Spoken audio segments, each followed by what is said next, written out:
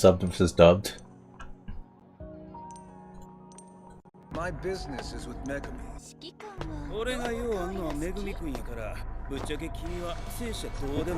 Wait, where's my audio? Oh, there, it's in Japanese. Is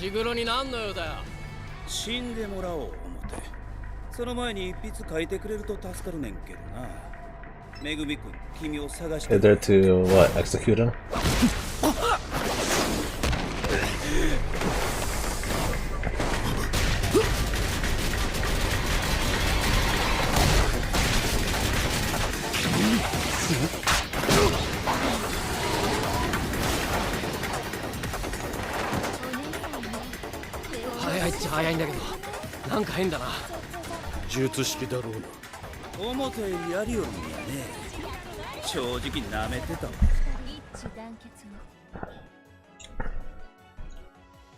The culling game special. Oh.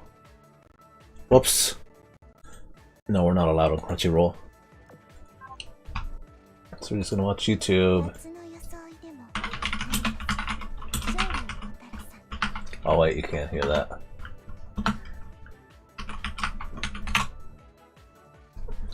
Oof.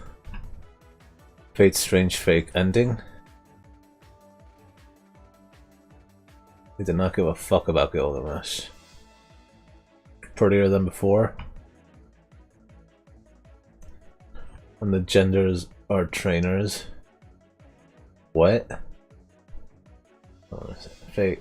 Strange Fake.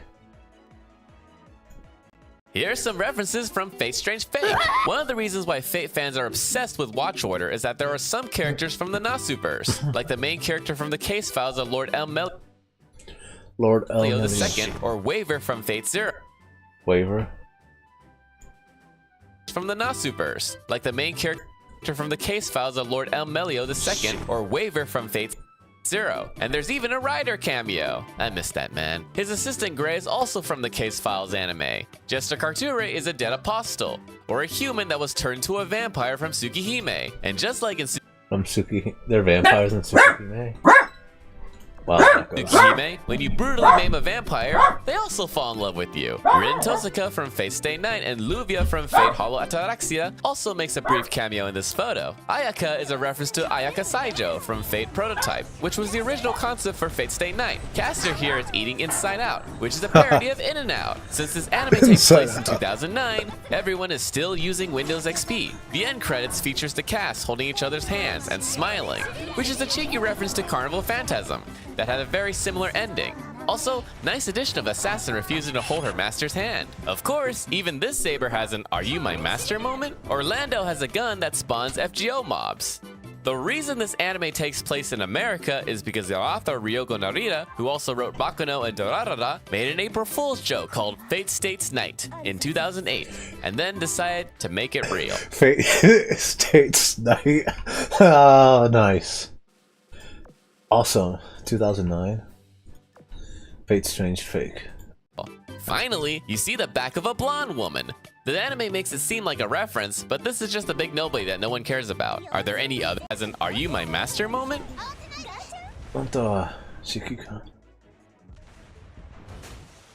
Orlando has a gun that spawns FGO mobs. The reason this anime takes place in America is because the author Ryogo Narita, who also wrote Bakuno and Dorarara, made an April Fool's joke called Fate States Night in 2008, and then decided to make it real. Finally, you see the back of a blonde woman, like the main character from the case files of... Ah! You slept with my daughter? Well, to be perfectly honest. Here's some references from Fate's Strange Fake. One of the reasons why Fate fans are obsessed with Watch Order is that there are some characters from the Nasuverse, like the main character from the case files of Lord Elmelio II, or Waver from Fate Zero. Yeah, let's and watch there's even a spoilers.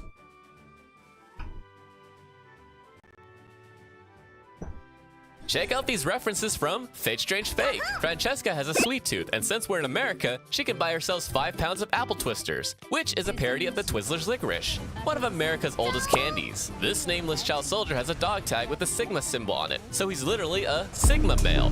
And because he's so Sigma, he has no true desires. So he manages to summon a Watcher servant who is going to turn him into the Lancer class. Since the Watcher can't talk, it manifests shadows to communicate. These shadows can resemble heroic spirits, like Icarus, Asclepius, the Greek god of medicine, Orion on Ozempic, Captain Ahab from Moby Dick, and Amelia Earhart with a weave? The Straw Hat crew is finally getting their last... No. Yes, Philia. Check out these references in Fate Strange Fake.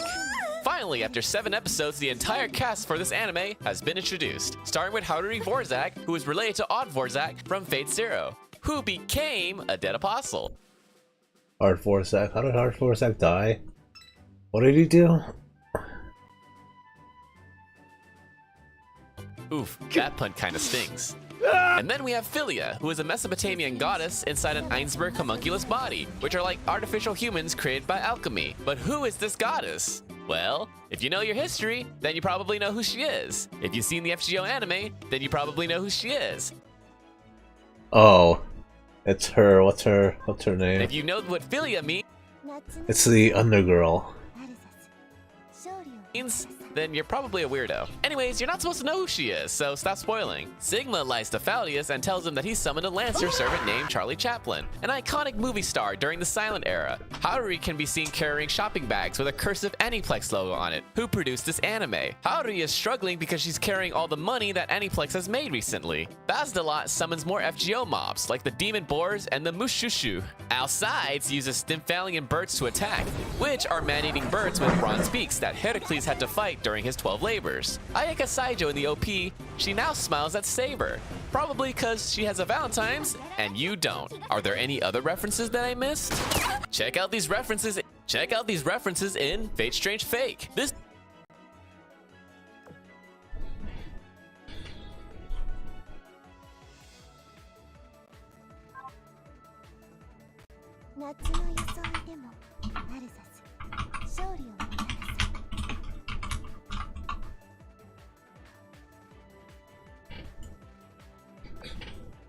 Fate Strange Fake Episode 5 was more lore than action heavy, so let's go over some of the stuff that you may have missed. From the very first minute, we're introduced to Sigma, whose mother we hear was killed in Japan. If you look at her silhouette, and especially if you listen to the English dub voice, which is a lot less modulated than the Japanese one, Fight to take your mother back someday. it becomes extremely clear that his mother was Maya from Fate Zero, the lover of Kiritsugu. Later, when discussing the people who killed Francesca, they list a few big names. Kishur is Zelrich, the old man from Whispers of Dawn. He's big, lore important. Bro fought the moon. After that, they list Saint Germain, who we will actually get info on in the show itself. Can you imagine? Finally, we get to hear about Scar Red, otherwise known as Toko Aozaki. Now, she appears everywhere in the Nasuverse. For example, she's Shiki's boss in Garden of Sinners. She's also the sister of the main character from Witch on the Holy Night. But the two things that Fate Watchers will probably connect with her with are her appearance in the El Malloy OVA and being the person who makes Shiro's puppet body at the end of Heaven's Feel. Finally, we get the reveal that Francesca and Francois' last name is Prelati. Watchers will probably connect with her with, and being the person who makes Shiro's puppet body at the end of Heaven's Feel. Finally, we get the reveal that Francesca and Francois' last name is Prelati. They're both a historical figure with one big tie to Fate Zero. Do you remember that weird book that Castor used? Well, that's Prelati's spellbook, which was gifted to Gilles to send him down that demonic path of depravity. If you want to learn more about the connection between Gilles and Prelati, I have another short about it, which I linked to this one. Nice. This was the ultimate fate of Duplicate and the Immortal. After Robot's defeat, the two legends... Mother. Stay away! Mother. Why must you always be like this? If that's the way you feel, why tell me to come back? What are you talking about? No!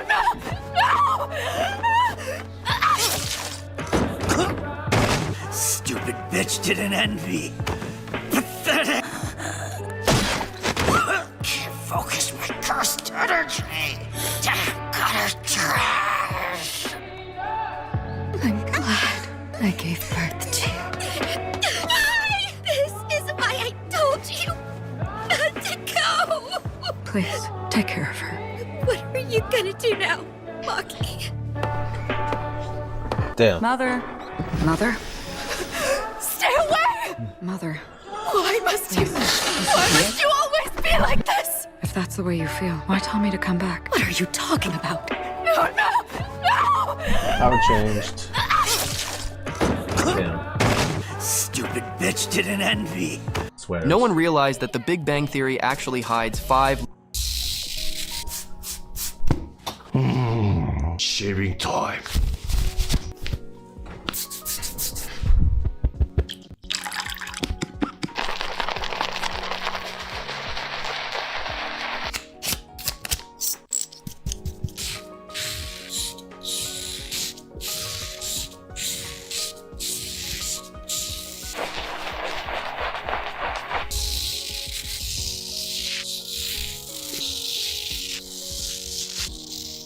Oh.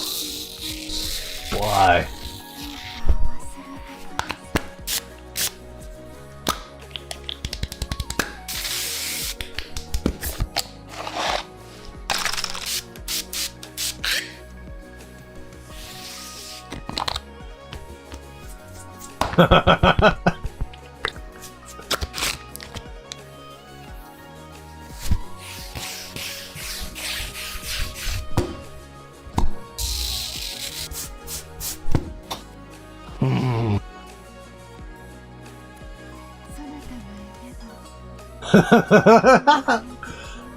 Oh, oh God.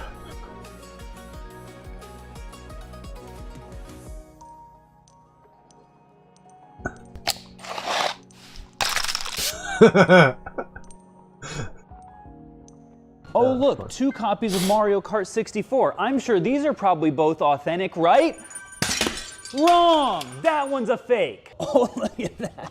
The board just busted right out of it, but the shell's still intact. When you look at them side by side, you can tell the print quality on the fake is way worse. On top of that, when you flip them to the back, you can see this back label is way too glossy. Now, some people might say, Caleb, if they play the same, why don't you just go ahead and sell the fake anyway? And the reason is, I own a video game store and I want our customers to be able to trust that everything we sell here is authentic, so we do not sell fake games. Oh, look. You would have made a good talent. It's a bioship. Isaac, life form readings? Millions. I wonder who they are. If their engines are dead and they're drifting toward a star, why wouldn't they be transmitting a distress signal? Our ship encountered your vessel adrift in space. We know your engines are inoperative and you're heading right toward a star. We'd like to help you try and make repairs, and if that doesn't work, offer evacuation ships. I don't understand. This is our farm, my husband and I. This ship? Where did it come from? Are you from the Underland? Please don't harm us. We're good, decent people. We embrace the word of Dural. Who's Dural? This is Captain Jehavas Dural. Dural? This vessel was constructed by my people as a first attempt to visit another planet. 3 generations would live out their lives on board this biovessel. The 3rd would be the one to reach our destination. But we were hit by an ion storm, and we've been unable to restart our engines. This society was never supposed to exist. They evolved and grew until they simply forgot their origins. It's a bioship. Isaac, life form readings? Millions. Liam I wonder who they are. Stay back!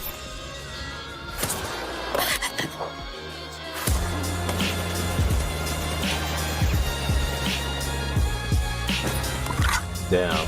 I guess it's been long enough now, right? This is bulletproof! It's a real flashy bloodbath though, doesn't it? Heavy as shit though.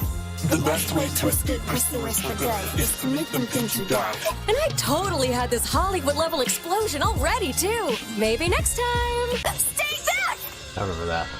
The old veteran set up his sniper rifle, aimed at the 3 boys who had assaulted his granddaughter.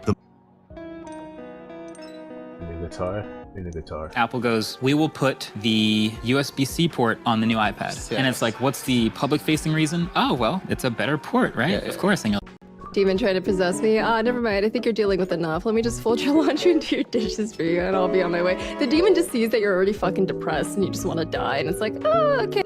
And then I am from Austria. Do you know where is Austria? Yeah, sure. Of course. What? Really?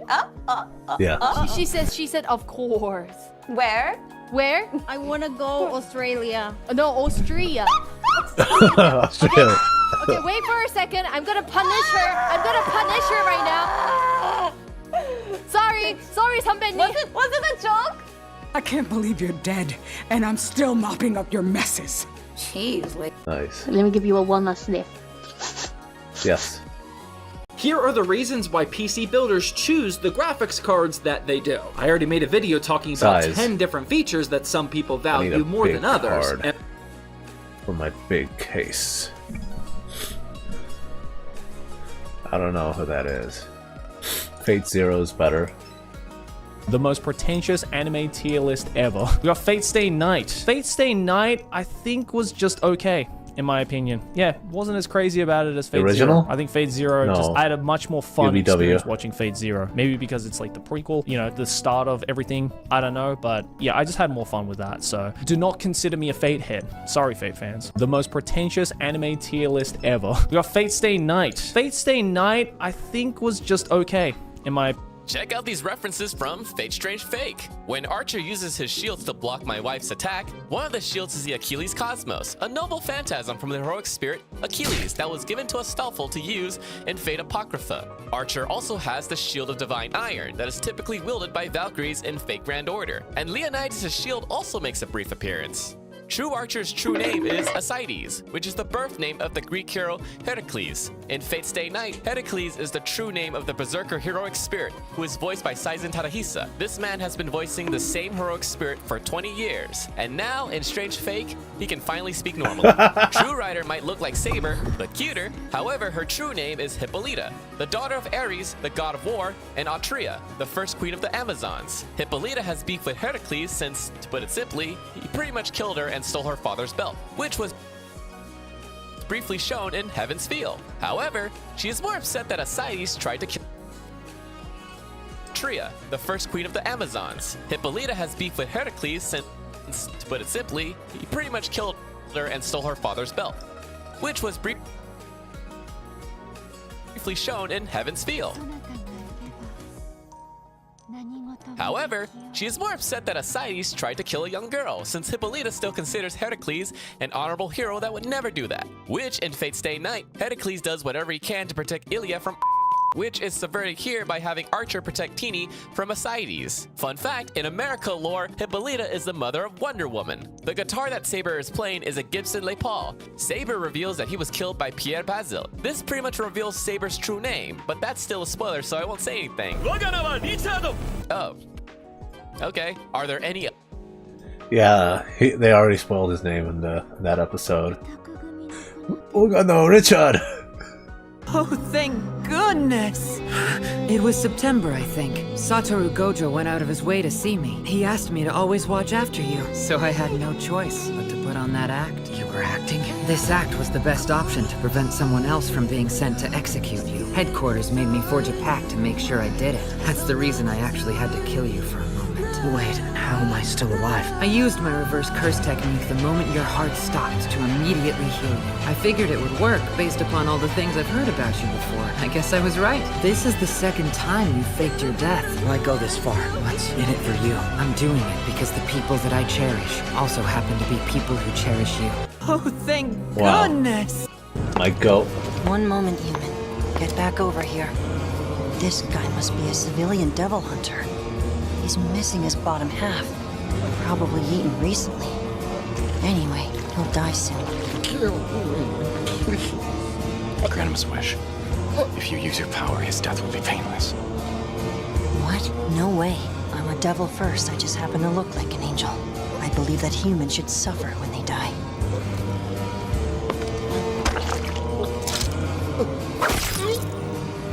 I can't even pretend to get along with you. I guess not.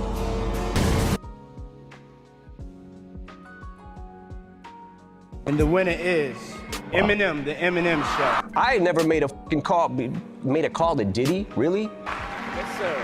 Diddy. I got Diddy's number, just hit him up. Yo, Diddy, what up? Never happened. Instead of me coming out here and thanking the people that I usually thank, I made me a little list of MCs that inspired me to bring me where I am today. So the list goes like this: Run DMC, the Beastie Boys, LL Cool J, Cool G Rap, Master Ace, Rakim, Big Daddy Kane, Dr. Dre, all the NWA, KRS-One, Tretch from Naughty by Nature, Nas, Tupac, Biggie, Jay-Z. Thank you, because I learned from all of you. Thank you. And the winner is Eminem, the Eminem show. Hey, it's Diddy.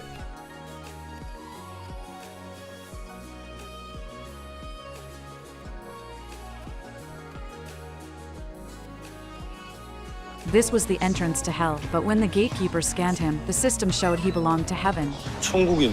아니, 천국 가셔야 되는 분이 왜 여기로 오셨어요? 저 그냥 사람들 내리길래 따라 내렸는데 지금. 그럴 수가 없는데. The gatekeeper told him that the white door led to heaven and urged him to leave this place full of sinners. The man walked straight through the crowd, drawing the curiosity of everyone around him. Under their watchful eyes, he pulled the door open and stepped into heaven. Seeing the path to heaven right before them, all the sinners rushed toward the door. But the door had already turned black, and what awaited them was a sea of fire. The sinners were terrified and could only return to the line under the gatekeeper's urging. An 80-year-old man stepped forward. He had never killed anyone, yet the system labeled him a murderer. 저 사람을 안 죽였는데요? 네가 안 죽였지. 네 혓바닥이 죽였지. 그것도 몇십 명. 발설줘. Although he had never killed with his own hands, he had been a scammer in life. Many people had taken their own lives because of his fraud. His punishment was to have his tongue cut out. Then 3 students arrived at the gate. They are all perpetrators of school violence. 아니요, 그냥 장난친 거예요. 일단 교환 줘. The 3 bullies were immediately dragged to the screaming hell. When it was time for punishment, they were still blaming each other. The judge shoved them in without hesitation. Suddenly, a woman claimed she had been kind her whole life and had never harmed anyone. The judge then played a video from a female celebrity's life. She had taken her own life because she couldn't endure the vicious online harassment and attacks. The judge of hell tied these people together. Suddenly, a giant keyboard fell from the sky. The judge stepped forward and smashed their heads like typing on keys. 이게 바로 신지옥이다. When the scanner checked another man, the gatekeeper was disgusted. He turned out to be a child abuser. He was sent straight to the frozen hell. Only the worst of the worst were sent there. They did not face death, but endless torment worse than death. A couple arrived at the entrance. They were about to be thrown into the shared punishment hell. The man argued that being in love wasn't a crime. 사랑은 죄가 아니지. 불륜이 죄지. 중압지옥. But both of them had violated moral boundaries. They were locked in a small dark room. Just as they felt relieved to be together, a set of spikes suddenly appeared and slowly moved toward them. The man immediately pushed the woman in front of him as a shield. Then a married couple arrived at the gate. The mother cried, saying their child was missing. They looked pitiful, but when the machine scanned them, the result was still hell. They were dragged before the judge. The man insisted they had never harmed anyone. 살인한 적이 없다. 아이가 마지막으로 무슨 얘기했는지 들어볼래요? The judge played a recording. It turned out that when the 2 of them killed themselves, they took the child with them. 엄마, 아빠, 나 살고 싶어요. Adults think they can treat their children however they want, but children are not their property. In the future, the death penalty had been replaced by a new kind of punishment. Instead of execution, criminals were forced to lose a part of their body every month, and how harsh the punishment would be, that decision was left entirely to the victim's family. The process continued until the family finally chose to write a letter of forgiveness. The first criminal under this system was Marlowe, a cruel man who had harmed a young girl. When he learned that he would now suffer pain piece by piece, he completely broke down. Marlowe lay on an operating table while the girl's family... HR department right now, because you need to report me, because I'm good. Can you name 10 anime characters with green hair? Yes. Gon? That's one.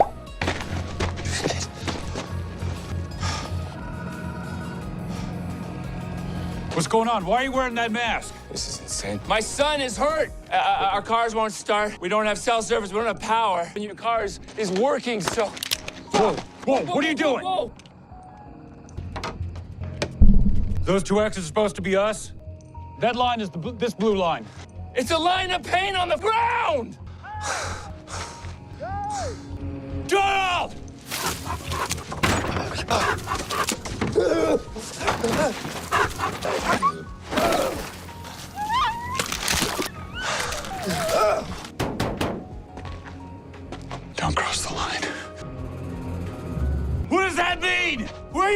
doing? Run, run, hide, hid. Nice man, gunshot. Trapped. He says we need to hide. Who says? The man in my head. Superman just watched a woman die in his arms. Not because he killed her, but because she killed herself trying to kill him. See, Renee Montoya was one of Batman's most loyal soldiers, but after watching her friends die one by one... This is a cardboard box, but it wants to be a full-on PC. Do you remember sitting in the classroom when your brain out of nowhere hit you with some absolutely diabolical idea? You probably didn't share that thought with others, thinking you might be a psychopath, but you're most likely fine. Your brain just likes to throw some messed up stuff at you to check your boundaries and test if you're actually in control. So the more disturbed you were by that thought, the less likely you are to act on it, because you were disturbed, right? Do you remember sitting in the classroom when you... Gracie, what are you doing? How's it going? Look, I just invited this young lady over to see how our new game fares with the female audience. What's it called? Tetris. Here, Hank, try it. Was this coded in Pascal or C? That's proprietary. Do you have the video game rights? Microsoft control all rights on all platforms worldwide. Is Japan available? Hi. Hank Rogers, Bulletproof Software. I have a meeting with Hiroshi Yamauchi, your CEO. Not in bed. Oh, okay. Could I use your restroom before I go? Hi, I have a meeting with Mr. Yamauchi. I wonder Mr. Rogers, you're trespassing. Mr. Yamauchi is out of town. So I know that's not true because I saw him arrive this morning and his car is still outside. Oh, yeah. Hank Rogers, Bulletproof Software. Not too bad. Really? We'd buy you out for 500,000. I'll publish it and cover all upfront costs. We publish our games in-house. We don't use outside partners. But you do make exceptions because you know as well as I do, partners are what make us great. I need a check for $3 million. And how did you get to $3 million? This is a once-in-a-lifetime opportunity, Eddie. Nintendo is letting me become a publisher. Nintendo. It's a license to print money. And I want your house as collateral. Fine! This was not what you promised him. I know, but you know how unimaginative these bankers are. Listen, have you ever heard our apartment this quiet before? Maya, what do you think? 面白い。これ、もらっていい? This is gonna work. I promise. Gracie, what are you doing? How's it going? Look, I just invited this young lady over to see how our new game... I haven't paid rent because you haven't done... withheld rent because the apartment is not habitable. New York Housing Code, Subchapter 2, Article 4, Section 27-20. Hey, no rent, no apartment. That's my code. This is an eviction hearing. The pertinent question is not habitability, but whether or not rent has been paid. Eviction apparent. You lost in housing court? People win there without lawyers. Well, he had a lawyer, Tanaka, and Vivian she... Tanaka? Yeah. What, you know her? This isn't a petty rent dispute. You guys go in condo. You want to take down Vivian? You better go in there with more than just one client. Mike. Is this the building we were in yesterday? No rent, no apartment. That's my code. Yeah. Before and after. We need to go carpet shop. This is your own carpet, Mr. Krinsky. It's from Frank Carvello's apartment. You brought bed bugs in here. It's vandalism, assault. That's exactly what we're going to be charging your client with. What are you talking about? He didn't just fail to eradicate a bedbug infestation, he actually created one. We've got sworn testimony from the installer. And a picture of the same carpet from one of his old buildings before it was renovated. I haven't paid rent because you haven't done... Well,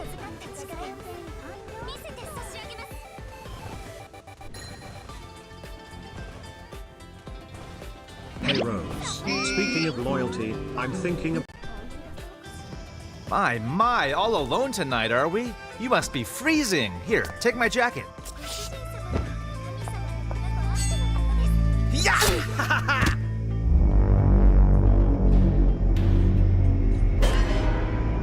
Ooh. Yes!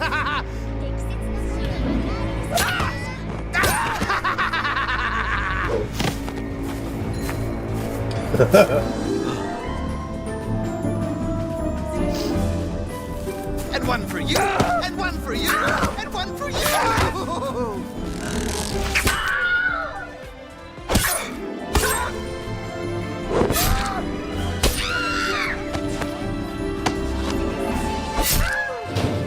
Hey, what the? Huh? Haha, it worked! I'm gonna sleep like a baby thinking about all the lives we saved tonight.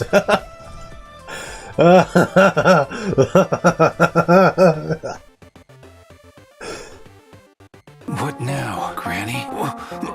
What have we we do now? It won't hurt to keep Satoru Gojo out of play for a while longer. So go down there and kill as many sorcerers as you find. Ren-san? Who the hell do you think you're ordering around, hag? What's the meaning of this? I only channeled the body's information, not the soul's. Channeled. Ah, now I get it. This can't be. I've always made it a point not to channel the soul in order to prevent accidents like this ahead of time. I'm not sure exactly why. My body has always been special. I guess that's why your grandson's soul lost against my body. A soul losing to a body? No, that's impossible. Kill sorcerers, huh? You're a sorcerer. What now, Granny? What do we do now? It won't hurt to keep Satoru Gojo out of play for a while longer. So go down there and kill as many sorcerers as you find. Ren-san? Who the hell do you think you're ordering around, hag? Chaotic What's the meaning of this? I only channeled the body's information, not the soul's. Channeled. Ah, now I get it. This can't be. I've always made it a point not to channel the soul in order to prevent accidents like this ahead of time. I'm not sure exactly why. My body has always been special. I guess that's why your grandson's soul lost against my body. A soul losing to a body? No, that's impossible. Kill sorcerers, huh? You're a sorcerer. What? We can give us fans. It's too hot for clothes. So we're digging the old way. This is where our fathers mined. We're still wearing the fucking hats. You're not as protected. No. You tell me that'll make a difference. When this is over, will they be looked after? I don't know. You don't know. So the power level jumped from 200 to 400 megawatts. Yes. Very fast. Why didn't you press the AZ5 button? I did. I reported the increase to Keith, and he pressed the button. Leonid, that's not possible. I saw him do it, and that's when it exploded. What? I pressed it before the explosion. When that happened, I shut it down. I pressed SF5. Thank you, Comrade Akimov. You wouldn't give us fans.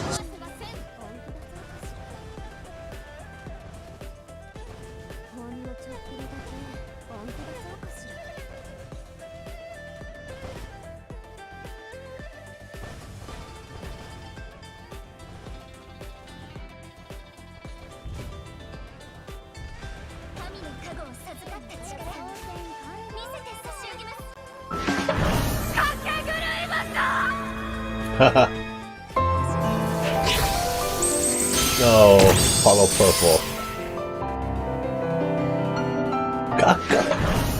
Stand proud, Link. I'm going to die.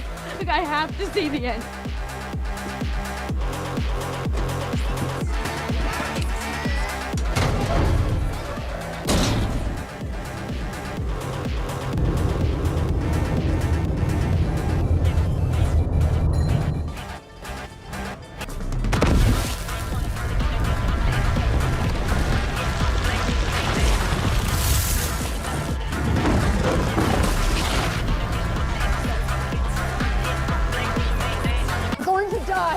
I have to see the end.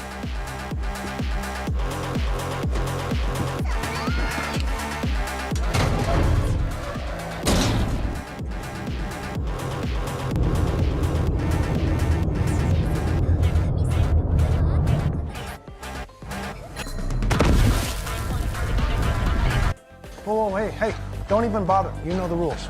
Wait, no. Please, Mr. Connors, this wasn't my fault, okay? These jerks had...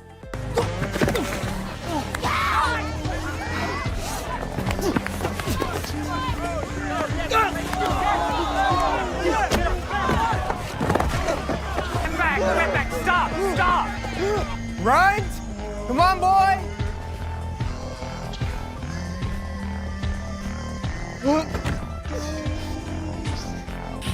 Fuck, man, I'm sorry, okay? No, you're not. I swear, I'll turn myself in. I'll tell them what I did. Oh, yeah, wait. They'll just let you walk, because no one does shit to you.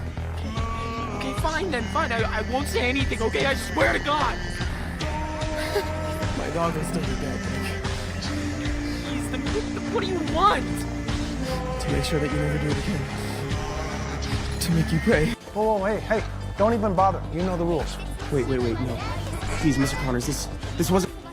Can I help you? You can't park here, sir. That's my house right there. You gotta move your car, you're double parked. Gallagher, we don't arrest people who drive Mercedes. Do you know who I am? I don't care, sir. I'm calling my alderman. I have the mayor's cell phone number. I don't care if you have LeBron on speed dial. Handcuff keys, Gallagher. Sorry about that. Yeah, I got your badge numbers. No, sir. Kids are rookies. They don't always know. I'm calling my attorney. Sergeant Stamps. Need you to apologize to Mr. McManus, Carl. That the guy with the Mercy Benz? He's filing a brutality claim against you. This can all go away. Say a few words. I'm sorry, blah, blah, blah. Complains. You just apologize and it goes away? I'm very sorry about that, sir. I was out of line. Even it won't happen again. Officer Gallagher, you may go back to work now. Thank you, ma'am. That's it? You're gonna let him get off that easily? I'm sorry about that. I was fine apologizing to your entitled ass to make this all go away, but I can't play this game anymore. I spent the last few months trying to figure out what kind of cop I want to be. And I'll say this, Sergeant Stamps, I haven't met a lot of good role models here. Dagoff made me realize what kind of cop I want to be now. Choice at this point. I want to be the type of cop who stands up for those who don't have a voice, the lost, the forgotten. They deserve a fair share, even if that means you, Mr. McManus, have to pay the price in order to rebalance the scales of justice. So with that being said, I take my apology back. I'll see you in court. Despite all of this potentially turning into a major lawsuit for the department, I was very inspired by your speech. Reminded me of why I became a police officer in the first place. Really? Your words brought a tear to my eye. Welcome to your new job, Meter Maid Gallagher. No, please, I'm right here. Sorry, meter's expired. I know, I remembered when I was already in line. I didn't want to leave and lose my spot, man. Come on, you know how long it takes in the post office. Look, I'm just doing my job, buddy. I got furloughed last week and I can't afford... My car. Seriously, have you nothing better to do than be a bottom-feeding scum who can't make a living any other way? You can go, son. What? Yeah, seriously, no ticket for you. I'm the type of cop who gives the poor man a break every single time, no questions asked. Okay, great. Thank you. However, as for you, I'm going to make people like you pay every single time. Can I help you? You can't park here, sir. That's my house right there. You gotta move your car, you're double parked. Gallagher, we don't arrest people who drive Mercedes. Do you know who I am? I don't care, sir. I'm calling my alderman. I have the mayor's cell phone number. I don't care if you have LeBron on speed dial. Handcuff keys. Welcome to your new job, Meter Maid. Type of cop who stands up for those who don't have a voice, the lost, the forgotten. They deserve a fair share, even if that means you, Mr. McManus, have to pay the price in order to rebalance the scales of justice. So with that being said, I take my apology back. I'll see you in court. Despite all of this potentially turning into a major lawsuit for the department, I was very Hey, Alan, what did you do? Why is there not a fake saber in the true fake Holy Grail War?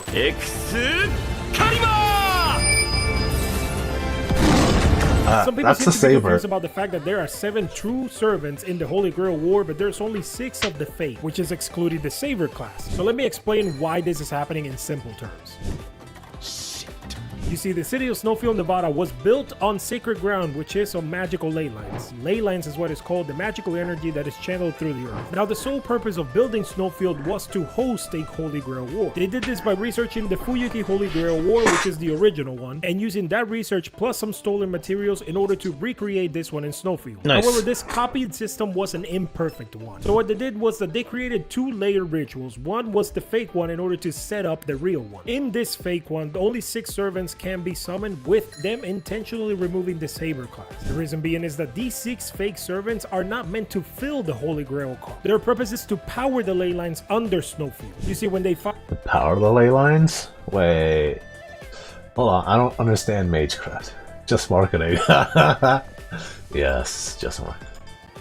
and die, their magical powers will be reabsorbed by the land in order to power the real ritual. Once the ley line are powered up, then that's when the real Holy Grail War will be triggered. However, the 7 servant classes need to be summoned. So then a second set of 6 summonings gets triggered, which is considered the true servants. And this is where Richard comes in, the Saber class. Once the Saber class gets summoned, he acts as a bridge between the fake and the true Holy Grail War. The summoning of the Saber class, meaning Richard, is what caused this Holy Grail War to become a legitimate one instead of a copied system. Meaning Saber being summoned is what caused the war between the 13 servants to become real. That's why there's no such thing as a fake Saber and technically not a true Saber either. There's just a Saber, and he connects the 2 sides, officially starting the war. I would also like to point out that the fake and true names are only given in order to be able to He summoned true assassin, fake assassin.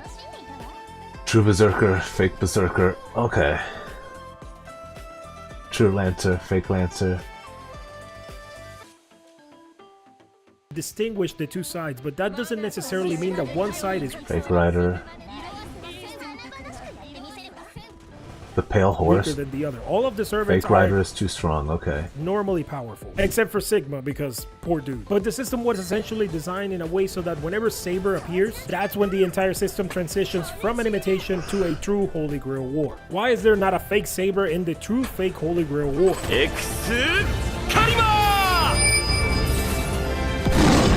Some people seem to be confused. Archer, lancer, caster, assassin, berserker.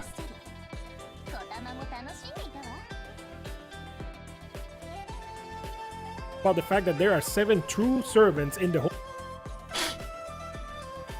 Rider.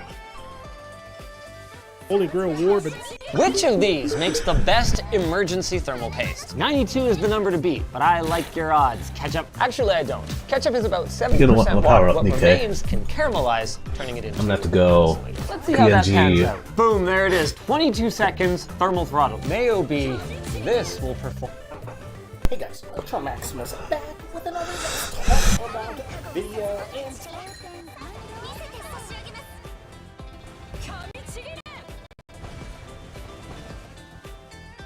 Oh yeah, there's a new episode of Trash Taste. I need to watch it. They talk about anime fans are eating so good, yeah. I summoned You Saber. know, guys, every now and then, I do like to remind people that I am still an anime YouTuber. I do still watch anime, and I do still enjoy it greatly. And I will say that this season of anime has been such a joy to be an anime fan. And you know, sometimes, a lot of the times when we talk about a strong season of anime, there are still probably some people that can't find something that suits their taste, but I just feel like there is something this season for everyone. I mean, even with the sequels, we have got some of the biggest IPs going through their second or third seasons. Obviously, we have Frieren Season 2, which has brought it back to the low stakes, much more personal and intimate stories, following the essentially tournament arc that we got for a lot of the latter half of season 1. Wait, Northern And I've been Parliament really is getting enjoying another seeing that UR? go back to its roots. Jujutsu Kaisen obviously is the talk of the town, and that has just been firing Okay, on now we're all power creeping. cylinders week to week.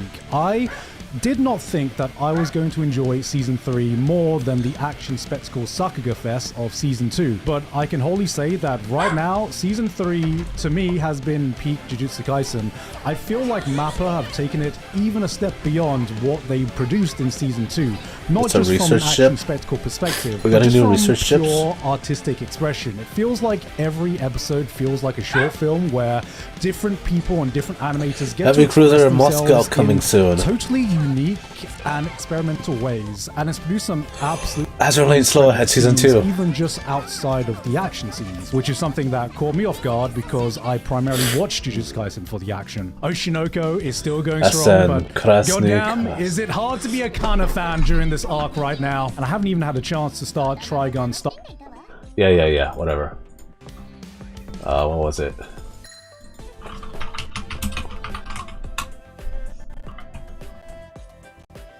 It was new. Yeah. Gonna watch this live stream.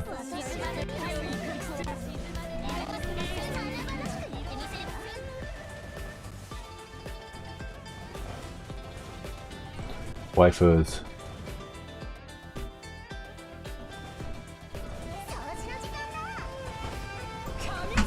New PV, new PV.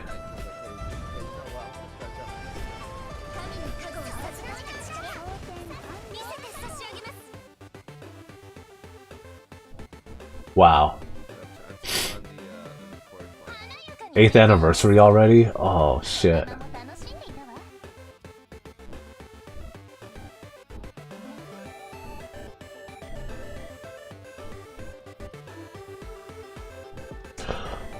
Tempest! Oh. Wow. Wow. Wow, look at all that art and animation. Oh, wow. Look at that POV.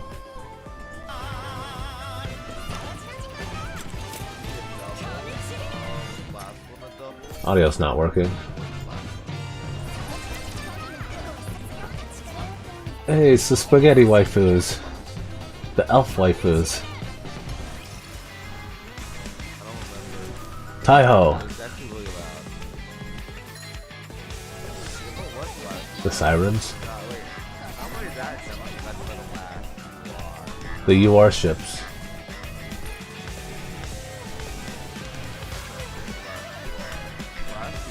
Tulipia.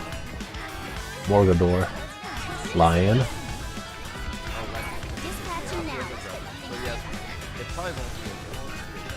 Fancy! Hey! It's our... What was their name again? I forgot.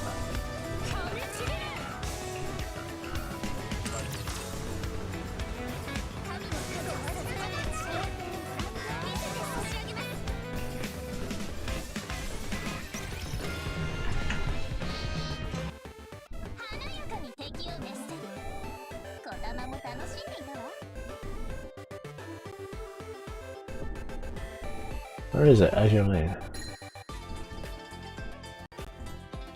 They uploaded on their channel?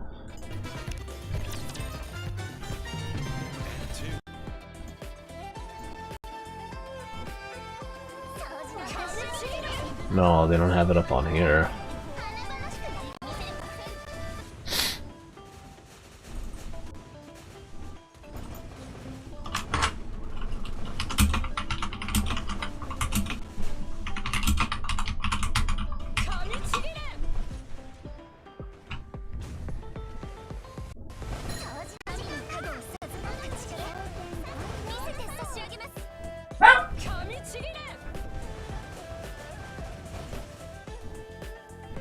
What is this week?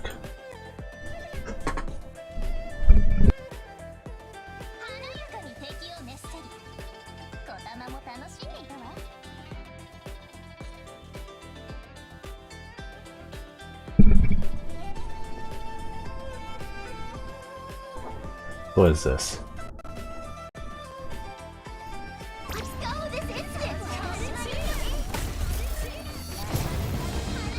What is a Shinano cosplay? Azur Lane at the 8th Expo. Oh! Azur Lane had an expo, and they had someone cosplay as Shinano. The bunny's the Shinano too. Nice!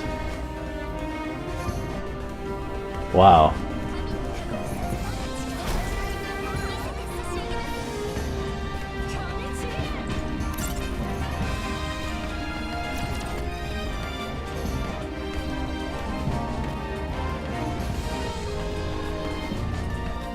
Nice. Incredible.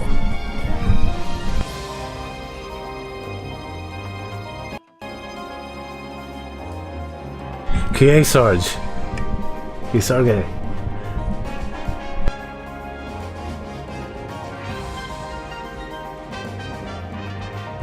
Wife. Yuri moment, Yuri moment.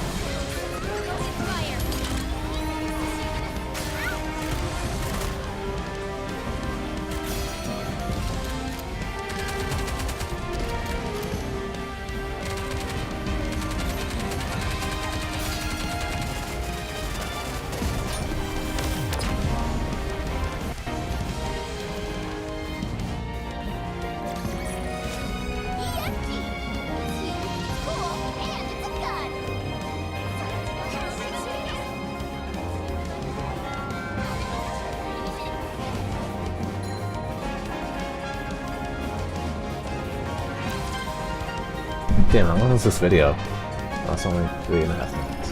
Not 2.5 minutes.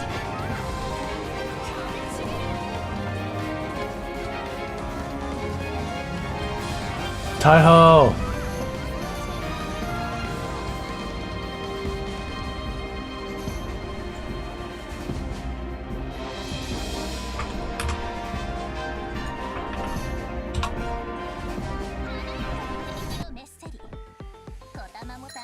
Oh, that's the cosplayer.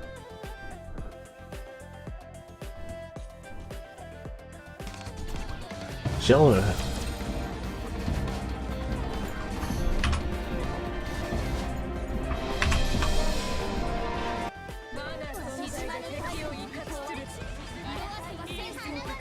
Azur Lane, Steph. 12 hours ago. I need notifications for this. Here. So,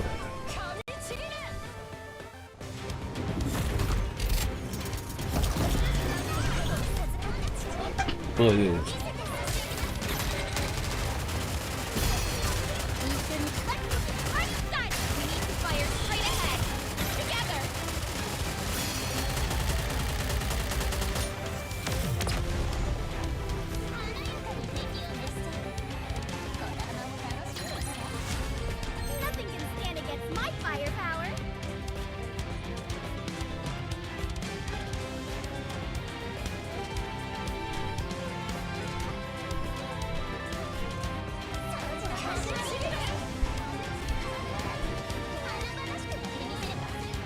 Who? You finished?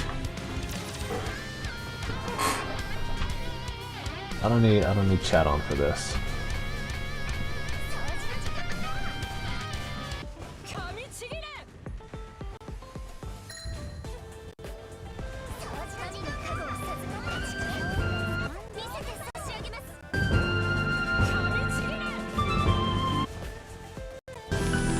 Jennifer, Rain, no.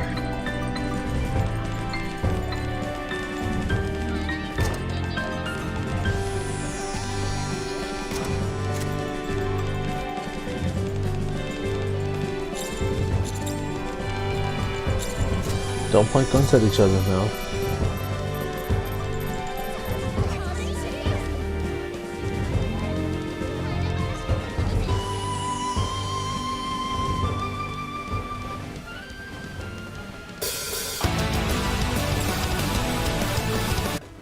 Okay, I want to see them. Quality. Auto. Who are these? Wow. Bang. Ring. Hahaha, Jay, now you can't run away. You're insane. Want to know my secret, Miss Jennifer? We actually knew. The kids with the bad scores were the ones getting adopted. I'll see what's right.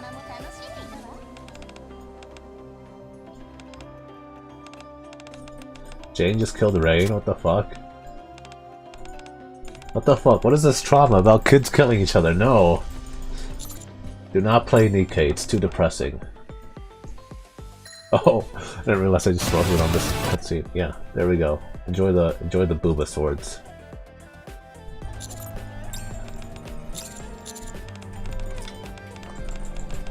Jane, she's a psycho. God. Jennifer falls to the ground. What's going on? That gun. Yeah, that gun wasn't there. What? You can't.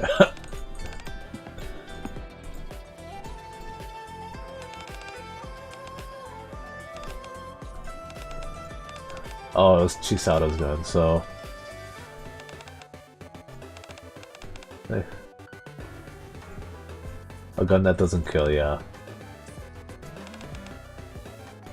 They're just knocked out, no one's dead. Okay, the kids aren't dead. She knew. Wife. 8th anniversary. Hey, it's my wife. She woke up from her bad dream.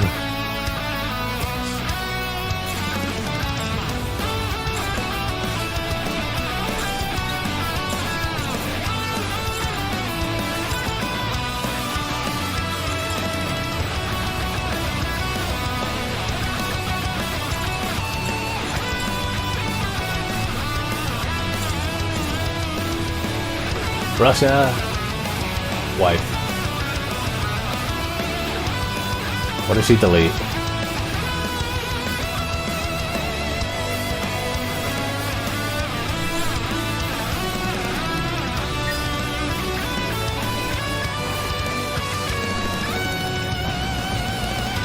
Sirens!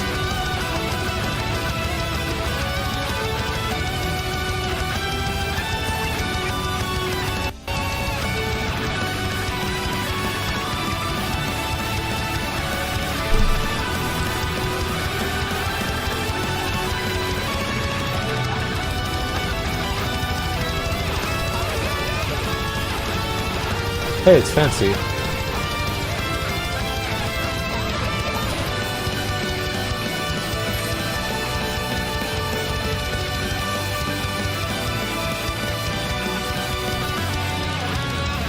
Knock him off!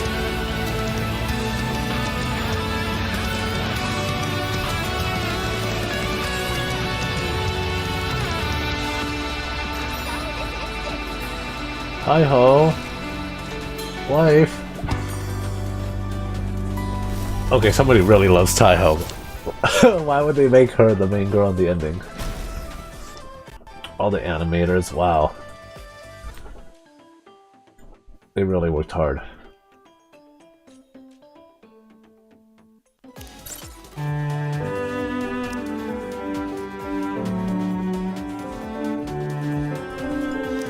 Are they gonna address the Valentine's Day allegations?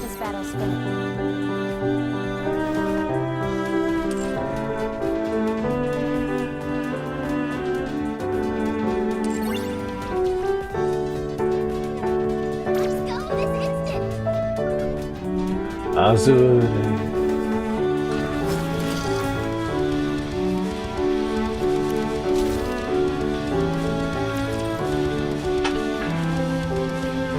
Marika? I bet it's Marika. Yo, Star.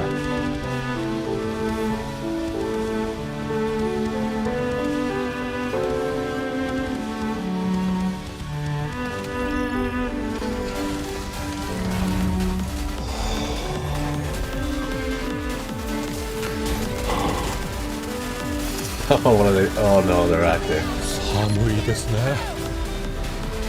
コンプライアンスというブリザードの中に立っていると、人は本当に大切なものが何なのかを分かるような気がします。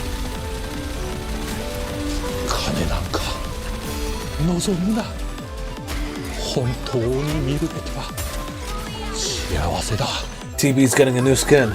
星がそこにいるという、ただそれだけの確かな幸せだ。それが指揮官という生き方でしょうか。私は言葉で多くを語る男ではない。ただこの生き様で指揮官に愛を伝えられたらと思っています。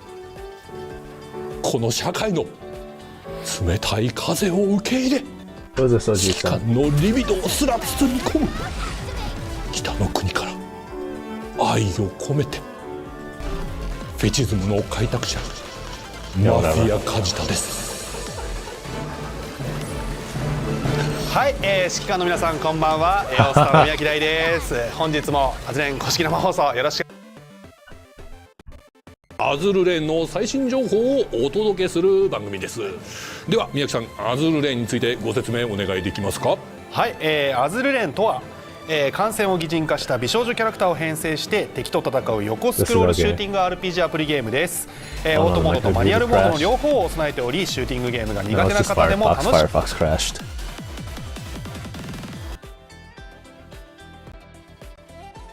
Oh, that's why. This is finished.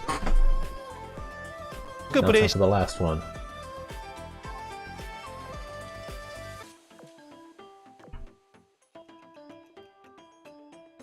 していただけるゲームとなっております。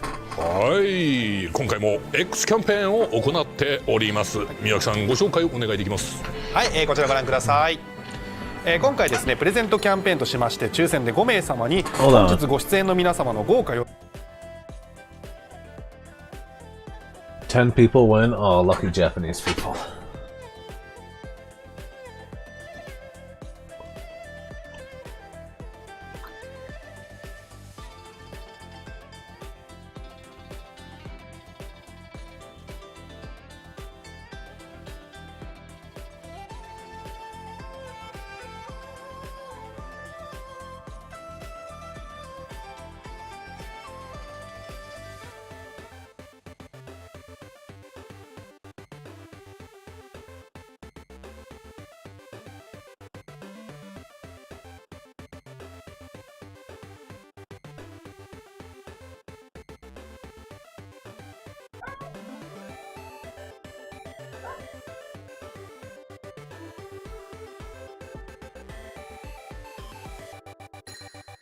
I think people misunderstand.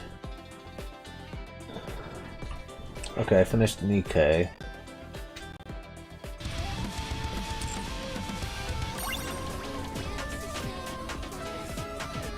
Shop? What's in the shop?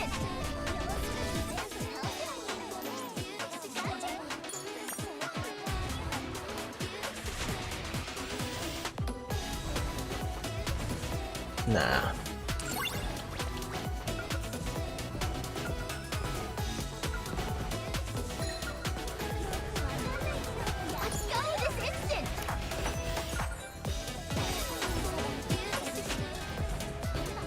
Okay, now I can do the dailies.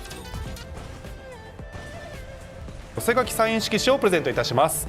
応募方法は2つです。いずれも Azur Lane 公式 X アカウントをフォローの上、番組開始ポストをリポスト、もしくはハッシュタグ、シャープですね、あずなま26冬をつけて、番組の感想などなどどしどしポストしてください。気になる絵柄については番組の後半でご紹介いたします。楽しみにお待ちください。そして放送中、皆様からの応援や感想ポストを募集しております。ハッシュタグあずなま26冬をつけてポストするとコメントが表示されます。はい、出てますね。オープニング面白すぎもっと面白いものが世の中いっぱいあるぞ画面の X コメントをどんどん更新してってくださいね、はい、よろしくお願いします。さて本日も素敵なゲストにお越しいただいております。まずはおなじみこの方です。はい、皆さんこんばんは。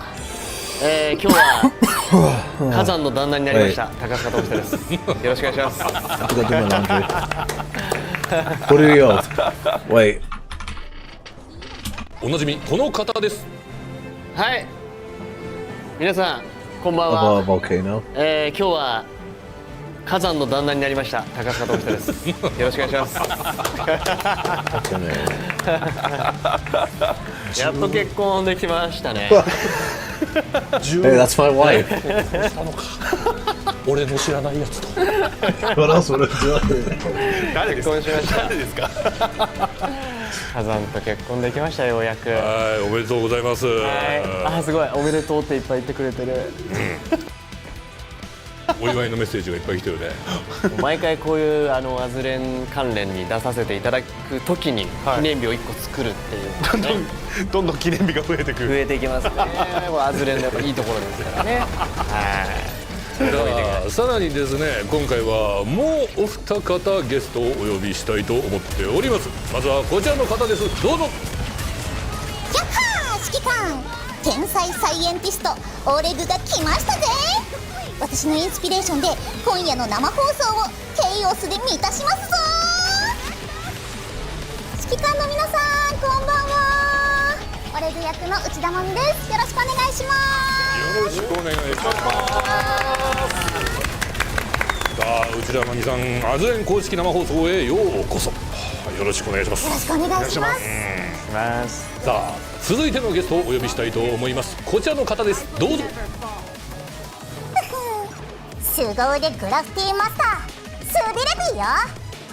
あんたの頼みだから来てやったんだから、今夜も同盟の名にふさわしい活躍期待しててよ。指揮官の皆さんこんばんは。アズールレーンを縛りプレイで楽しむ指揮官を弟に持ち、そしてアズールレーンの商品デザインパッケージに関わっていた父を持つはい、カオスで楽しい家庭環境で指揮官活動をしておりますスビレピー役、そしてファンのお姉さんのマリカです。よろしくお願いします。要素が多すぎる。なんか情報量が多かったですね。なんかね。大変なアズレン一家でござる。はい。そんなことありますっていう。びっくりしまして。私も帰省した時に初めて関わってたことを知ったので、本当にはいびっくりしましたね。この年末。そんなことがっていう。すごい。まあね、もはやマリカさんはどちらかというとこちら側なんですけれども、そうですね。今日も実は北方連合の会ということなので、我らがトップソユーズの私物の缶バッジを推しロゼットブローチにしてはいついてまいりました。はい。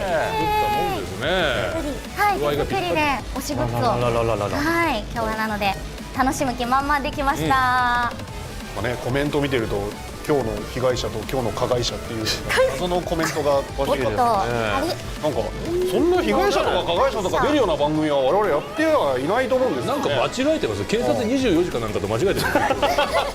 別に僕らこういうので出てきたりしないですよね。こうやってもう全然もうね、うちはみんな仲良く楽しくやらせてもらうね、内田さん。はい、そうですよね。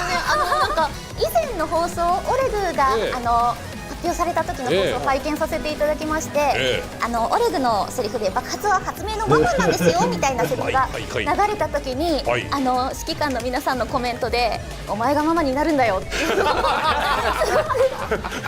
をいっぱいコメントしていただいて、なので今日はもう私もみんなのママになる気持ちでこの時間を楽しみたいと思います。嫌なとこ見てる。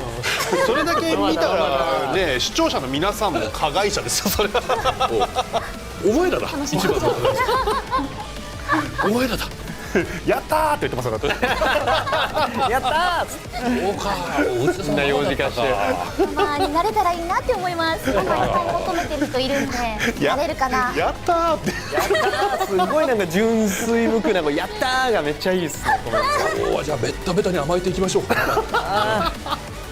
はい、まあね、今回はね、内田さんそしてマリカさんはね、北方連合の観戦をすでに演じていただいているということで、本日はね番組に応援に駆けつけていただきましたので、まあ、ちょっといろいろあるかと思いますけども、どうぞよろしくお願いいたします。よろしくお願いします。それでは宮城さん、早速現在開催中のイベント情報の紹介をよろしくお願いします。はい、まずはこちらです。2月12日の木曜よりですね、新春珠玉の一品会というイベントが開催されております。こちらのイベントですね、2月の26日の木曜のメンテナンスまでの開催となります。じゃあちょっとね、観戦も紹介していきたいね。こちらのイベントの新規観戦紹介していきましょうか。先ほどのスライドの子たちが実装観戦ですかね。はい、こちらご覧ください。もうね、すでに入手されている指揮官の皆さんもいらっしゃると思うんですが、改めまして、現在ですね SSR の10巡洋艦のジャンウーとですね SR の軽巡洋艦のハイチュウが実装されております。こちらキャラクターボイスはですね、ジャンウーをですね南かりんさん、そしてハイチュウをですね熊谷美玲さんにご担当いただきました。ご覧のキャラクターについてはですね、小型艦建造にて期間限定で入手することが可能となってまして、入手可能な期間は2月の26日の木曜のメンテナンスまでとなっております。強いっすね、この2巻。いやもちろんもちろん初日でゲットして、ただちょっと今回結構ハイチュウがなかなか出なくて、まあアズレンよくあるSR の方で沼るっていうのはあるんですけど、なかなか来てくれなくて苦戦したんですけど、着せ替えもどっちも買いました。さすがでございます。ありがとうございます。めっちゃいいですね。さあこちらのですね、イベントでは観戦が手に入るミニゲームも開催中なんだとか。はい、こちらご覧ください。現在ですね、ゲーム内では2月の26日の木曜のメンテナンスまで、ミニゲームのですねフェイユンの大冒険というものが開催中となってます。ダイヤなどの報酬がランダムで手に入るまんじゅうの年玉のほかですね、ステージを7つクリアすると SR の駆逐艦のフェイユンが入手可能となってます。こちらね、本日実況をご用意してますので、せっかくなんでちょっと内田さんに遊んでもらいたいなと思っておりますが、いかがでしょうか。遊ばせていただきます。はい、いいですか、早速スタートしちゃって。はい、行きましょう。はい、どんなゲームなのかな。はい、こんなゲームでございます。お、あれ、なんでしょうね。これなんかこうトラディショナルな。トラディショナルですか。はい、これね、はい、ね、黄色いアイテムを取っていく。斬新ですね。はい、ポイントを稼げるんですけども、その観戦がねいろいろいますが、そこと触れちゃうとゲームオーバーになっちゃうと。なるほど。はい、なのでなるべく他の観戦と接触しないように、ね、アイテムを取っていくといった。どうしたら他の観戦をパクパクできるんですか。あれ、なんか触れちゃったかな。ごめんなさい。戻るにすれば。失礼しました。いけますね。ひときわでかいパワー玉はないんですか。パワー玉、何のことですかね、それは。ただなんかあるのかなってなんとなく。一定時間経つとですね、ちょっとこうステータスが上がるようなアイテムなんかも出現しまして、それを取るとね、足が速くなったりっていうのが。足が速くなる。はい。一概にでもメリットとも言えないな。この状況で足が速くなると。さあ結構順調にすごいですね。私実は自分ので練習しまして、これ足速くなる。足速くなってる。足速くなると逆にちょっと操作が難しいと。高橋名人とスケボーくらいいらないかもしれない。だけど内田さんめちゃくちゃうまいですよ。ありがとうございます。うまいですよこれ。もう自分では5万点取れた実績があって。5万点。5万点すごいな。そうなんですよ。いやこれ本当に結構ね難しいんですよ。いや難しいです操作性。これちょっと行きたいところに行けないところがすごいあったり。けどもう残り結構少なくなってきてるんで。いやでもちょっとやってみよう。いやけど素晴らしいな。はいハイスコア。やった。おめでとうございます。おめでとうございます。ほぼほぼ。はいこちらのねミニゲーム今ねすごいいい記録出していただいたんですけども、スコアにかからず7ステージ遊ぶだけで報酬を受け取り可能という形になってまして、今から始めていただいても全然遅くはないので、ぜひね、まだ遊んでないよって方いらっしゃいましたら遊んでみてください。こちらのミニゲームの開催期間もですね2月の26日の木曜のメンテナンスまでとなっておりますので、ぜひお見逃しなく。はい、さらに見逃せないキャンペーンも開催中なんだとか。はい、こちらご覧ください。現在ですね招待状キャンペーン、新春祝福が復刻開催中となってます。期間限定任務をクリアすることで手に入るドンファン結びをですね一定数集めると、春節招待状の2026というものが入手可能となってます。そちらを使用することで、今ご覧いただいているですね観戦のうち1体と交換できるとなってます。お得なキャンペーンとなってますので、ぜひねこちらもご活用ください。さあ続きましては今回新たな改造も実装されたようですね。宮木さんお願いします。はい、こちらご覧ください。こちらで現在ですね陰類と長鵬がですね改造が新たに実装されました。はい、そうですね。ちょっと対になってる感じがすごくいい子たちなんですけども、キャラクターボイスはですねともに森島優香さんにご担当いただいておりますということで、このね改造で SSR になるということなので、ぜひねこちらもね、試していただければと思います。はい、そしてですねまだまだ番組冒頭ではありますが着せ替えも紹介していきましょう。はい、こちらご覧ください。現在ですね、ジャンウーの着せ替え、こちらね、一子の春咲き誇らんとですねハイチュウの着せ替えの目覚めの巡行がですねこちら3月4日の水曜日の23時59分まで発売中となっております。こちらジャンウーがですねライブ 2D プラス仕様、そしてハイチュウがプチモーション仕様ということになってまして、高塚君はもうねすでに持っていると。いやもうすぐ買いましたよ。衝動みたいな感じで衝動見たら買ってました、気づいたら。こちらねまだ3月4日まで購入可能となってますのでね、ぜひこちらもチェックいただければと思っております。いい匂いがしそうだ。本当ですね。すごい肌色面積が素晴らしいですね。太もものディティールがリアルすぎてちょっとなんかわかるかね。私本当に今まで分からなかったんです。太ももの良さってアズレンで開発されました。開発官だ。本当にこれはすごい。なんでちょっとうまいこと言ったみたいな。アズレンが人生を豊かにしていますね。でも今回本当に太ももかなり強調されてる。まだまだございますよ今販売中の。続いてこちらです。はい、出ますか。はい、既存の観戦からもですねフリードリヒ・デアグローセの着せ替えの、ほのめく、ネアの炎とですねシナノの着せ替えの溶け合う夢にアイオスというこちらの2つも販売中になってまして、フリードリヒ・デアグローセの方が、リアルホーム仕様、そして、シナノのライブ 2D 仕様という着せ替えとなっております。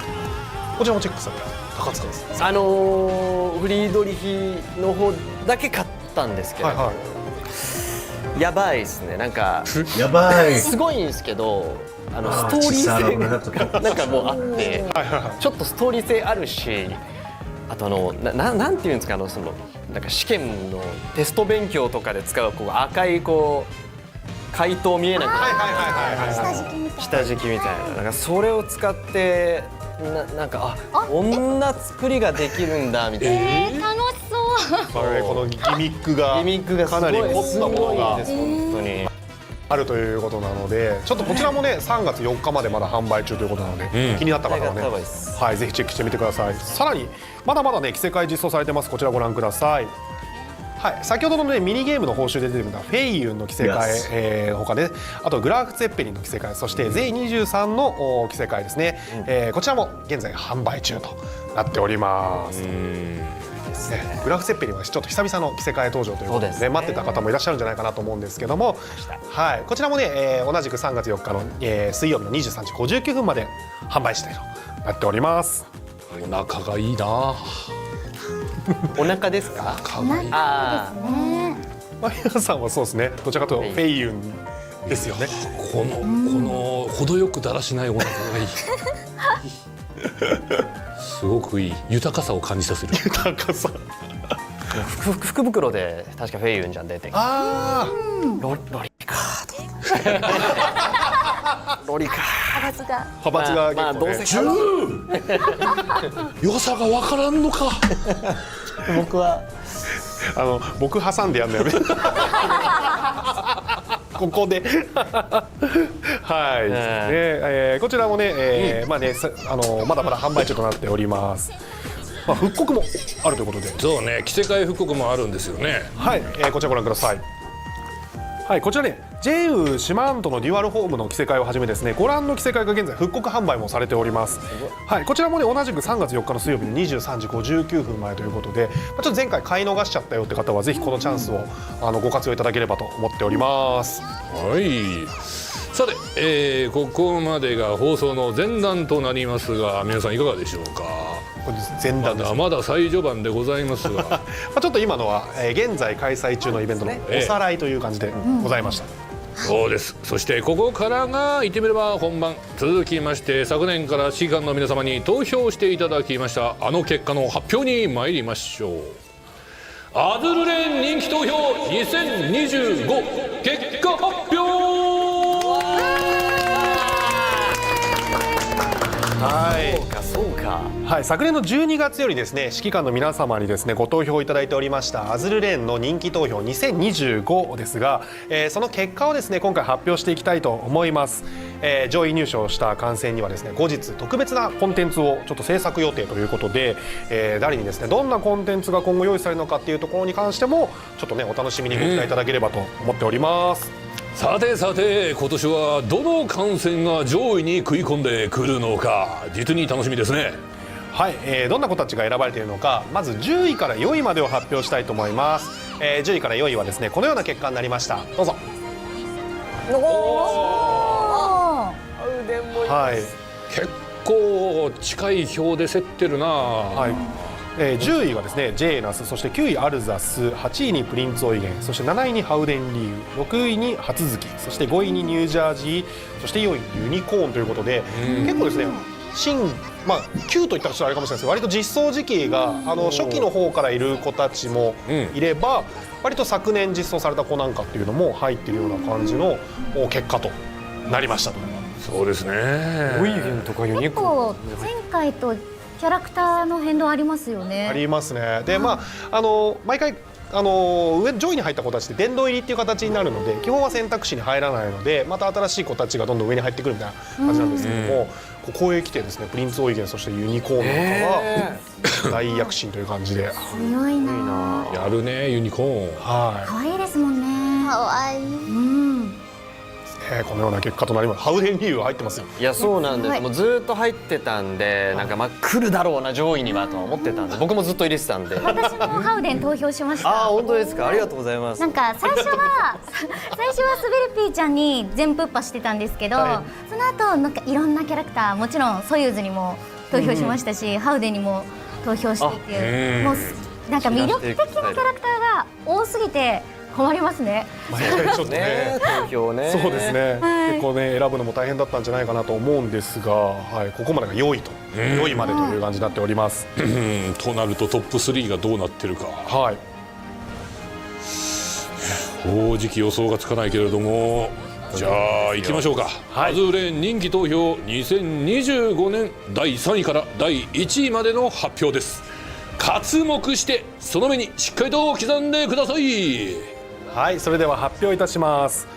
アズルレーン人気投票2025指揮官に選ばれた人気の観戦は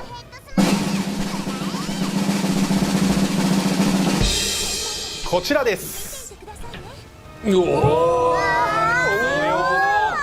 結果となりましたということでね、3位に白鵬、そして2位に尾張、そして第1位はですね、なんとですね E404 がランクインということで、この票差すごいですよね。ちょっとこれE404 は690万票ってことですね。45K ってことなので、そうですね、694万5000票ってことですね。なんと2位に対して300。そうですね。結構白鵬と尾張は割と接戦っていう感じだったんですけど、ちょっとE404は圧倒的大差でということで、ここまで大躍進した理由をどう見ますか？そうですね、割とやっぱり結構過去の人気投票とかでも、その年に登場したUR 館の子たちとかがやっぱ上にランクインしてくる傾向が、あったりはするんですけども、結構ちょっとね、僕らも予想外の展開、だいぶ大差ですもん。ここまで大差がつくとはっていうところでちょっとびっくりしながらという感じなんです。あれしかも白鵬と E404 って同時にタイミングですもんね。昨年の9月に実装された。そうですよね。すごい、その2人が。尾張が食い込んでくるのは予想が続きましたけど、尾張は確かに人気なイメージありますからね。女性人気も高いんですよ、尾張。ラテ肌ギャル最高です。私も尾張にも投票しました。めっちゃいろんな子に投票してる。めっちゃいろんな子でも好きな子が多すぎて終わりはね、本当米の力とか言われますけど、確かに米コラボなんかでも終わりはちょっと活躍した観戦だったんですけど、このような結果となりましたということで、大層なボリューム感ですね。世界もすごかったしな。この子たちにもね、上位入賞ということで特別なコンテンツを制作予定ということで、ちょっとこちらの続報に関しても今後ご期待いただければと思っております。はい、さあそれでは次へ参りましょう。2026年も指揮官諸軍のフェチズムをくすぐりつつ、まだ見ぬリビドを開拓できるよう精進してまいります。というわけでお待ちかねのコーナーに参りましょう。こちら、ゲーム内最新情報。 Finally, new information. さあ宮城さん、早速イベント情報の紹介をよろしくお願いします。はい、早速ですが新情報をどんどんお届けしていきたいと思います。まずはこちらの映像をご覧ください。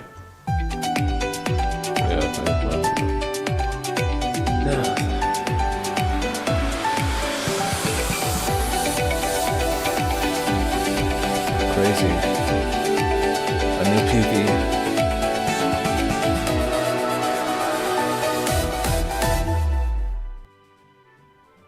はい、ということで、ご覧いただきましたのは、こちらのね新規イベントに関するプロモーションビデオということで、ちょっと、気になる子も出たと思うんですが、こちらですね、新規イベントとして春色はたごオンラインが開催されます。こちらのイベントはですね、2月の26日の木曜日のメンテナンス後から3月12日の木曜メンテナンスまでの開催となっております。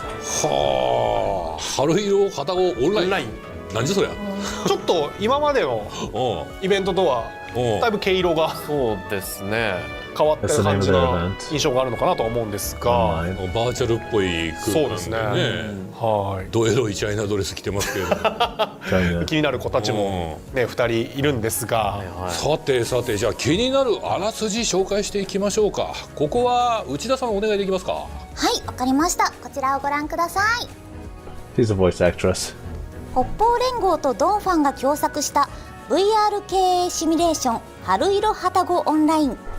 指揮官ははたご経営の支配人となり、仲間たちと共に宿を盛り上げていくことに。一見順風満帆に見える宿の経営だったが、ちょっとしたトラブルが続出しというあらすじになっております。もうね、ちょっとまたあらすじを聞いても、割と今までのイベントとはちょっと毛色が違うと言いますか。この宿って合法のやつ？何を言ってるんですか。何を言ってるんですか。ちゃんと営業許可もらってる？もう VR シミュレーションですから経営の。なるほど、ゲームね。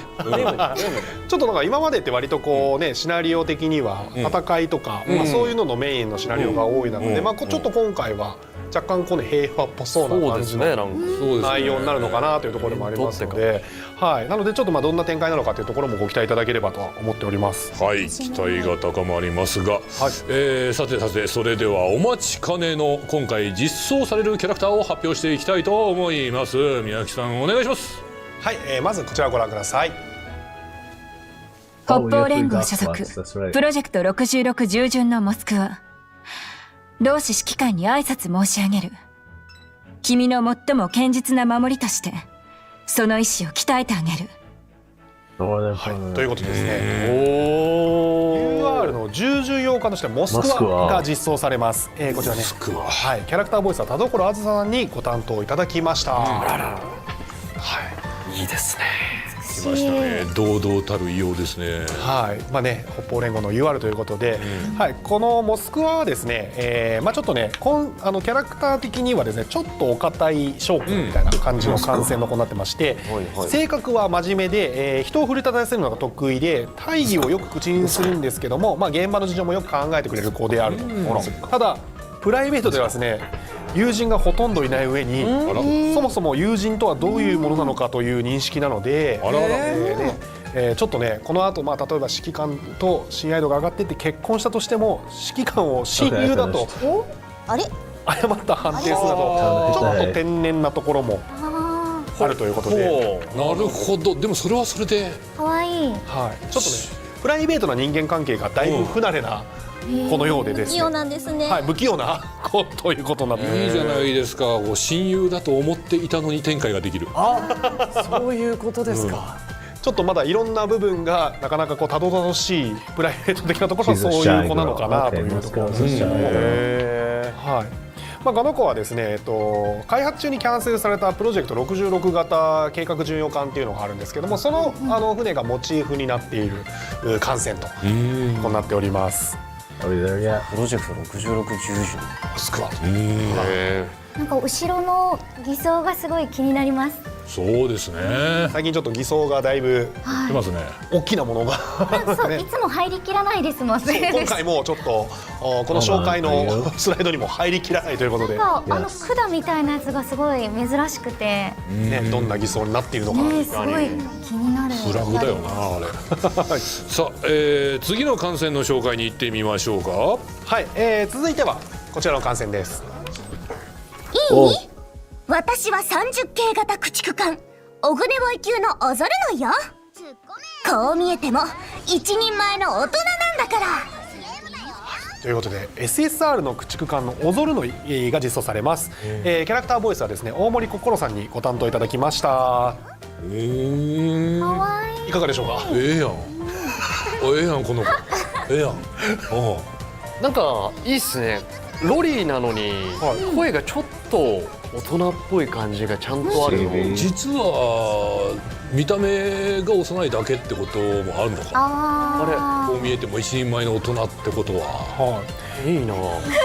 この子はですね、ツンデレなガキ大将と見せかけて実は優等生な艦船といった子になっておりまして、はい、オグネボイ級という駆逐艦があるんですが、その一隻のオゾルノイがモチーフとなっている艦船なんですが、指揮官に対してはツンツンした態度を取りがちなんですけども、中身は、とても真面目なお子ちゃまタイプの。はい、ただね、一方で責任感は結構強く規律を重んじる性格ではありまして、素直にちゃんとやりたいって思っているみたいな感じなんですけども、ガキ大将気質なところが結構ありまして、はい、口ではちょっと生意気なんですが、実際は周囲を引っ張れる頼れる優等生みたいな子になっております。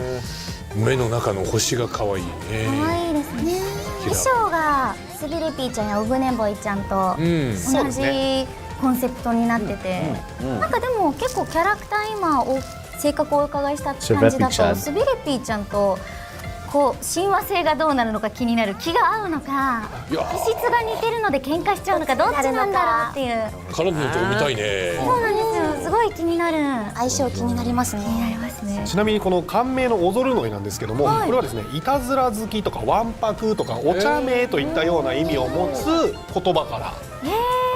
随分可愛い名前をつけるんですね。駆逐艦の名前にいたずら好き。私のいたずらじゃ済まないよ。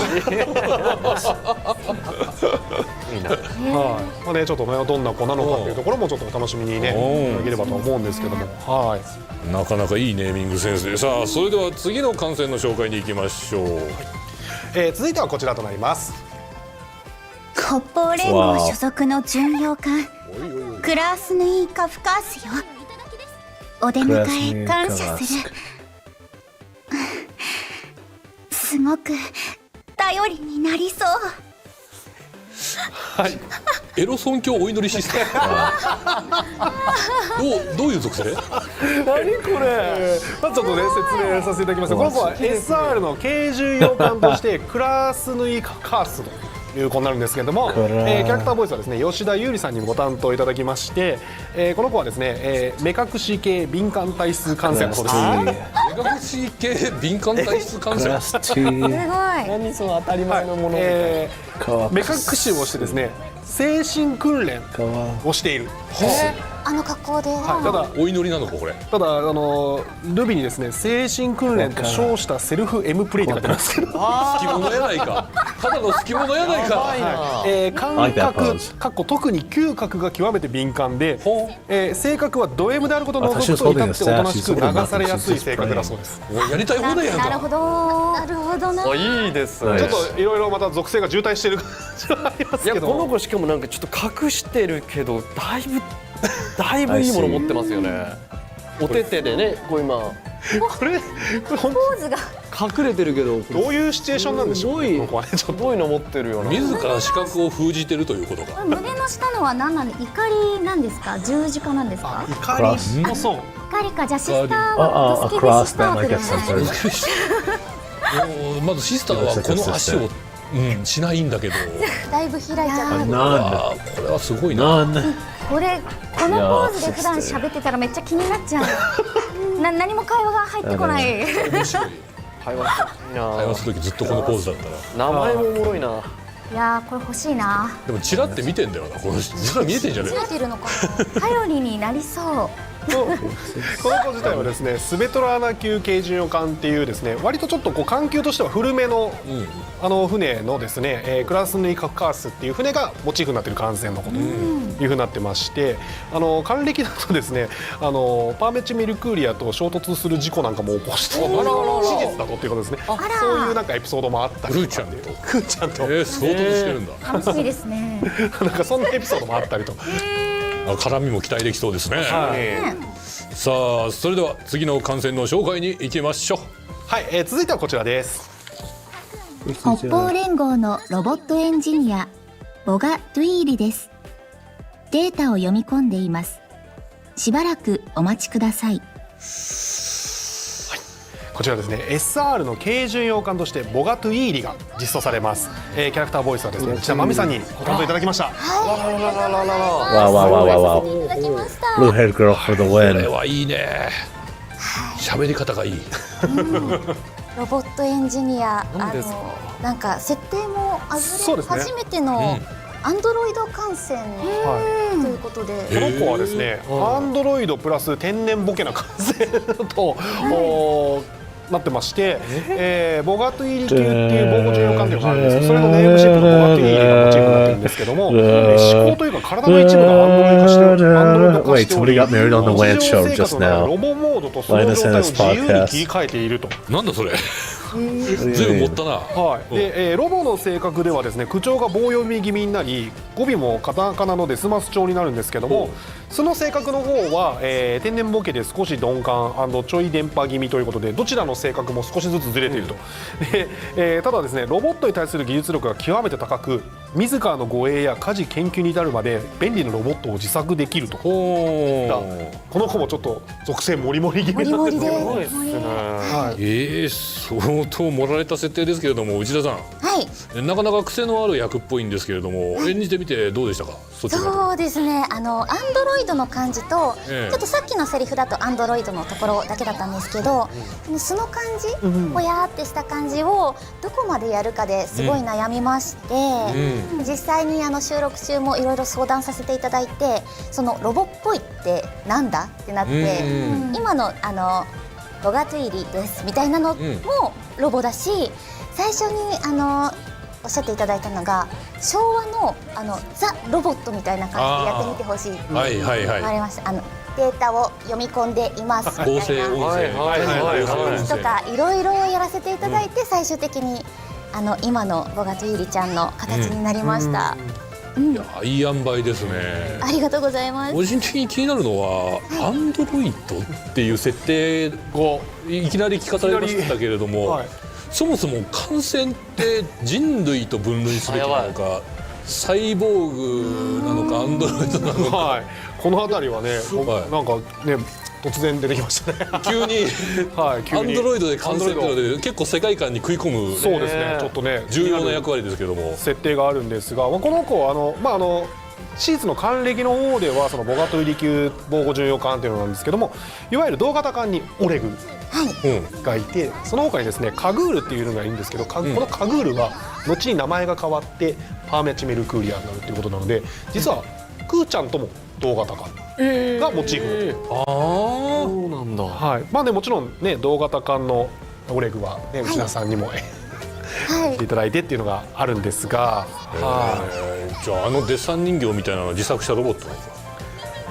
確かに。これね、このデッサン人形みたいな子はまた後でいろいろスキル周りのお話をするときにちょっとなんとなくなんか生かされてるんだ。ありますね。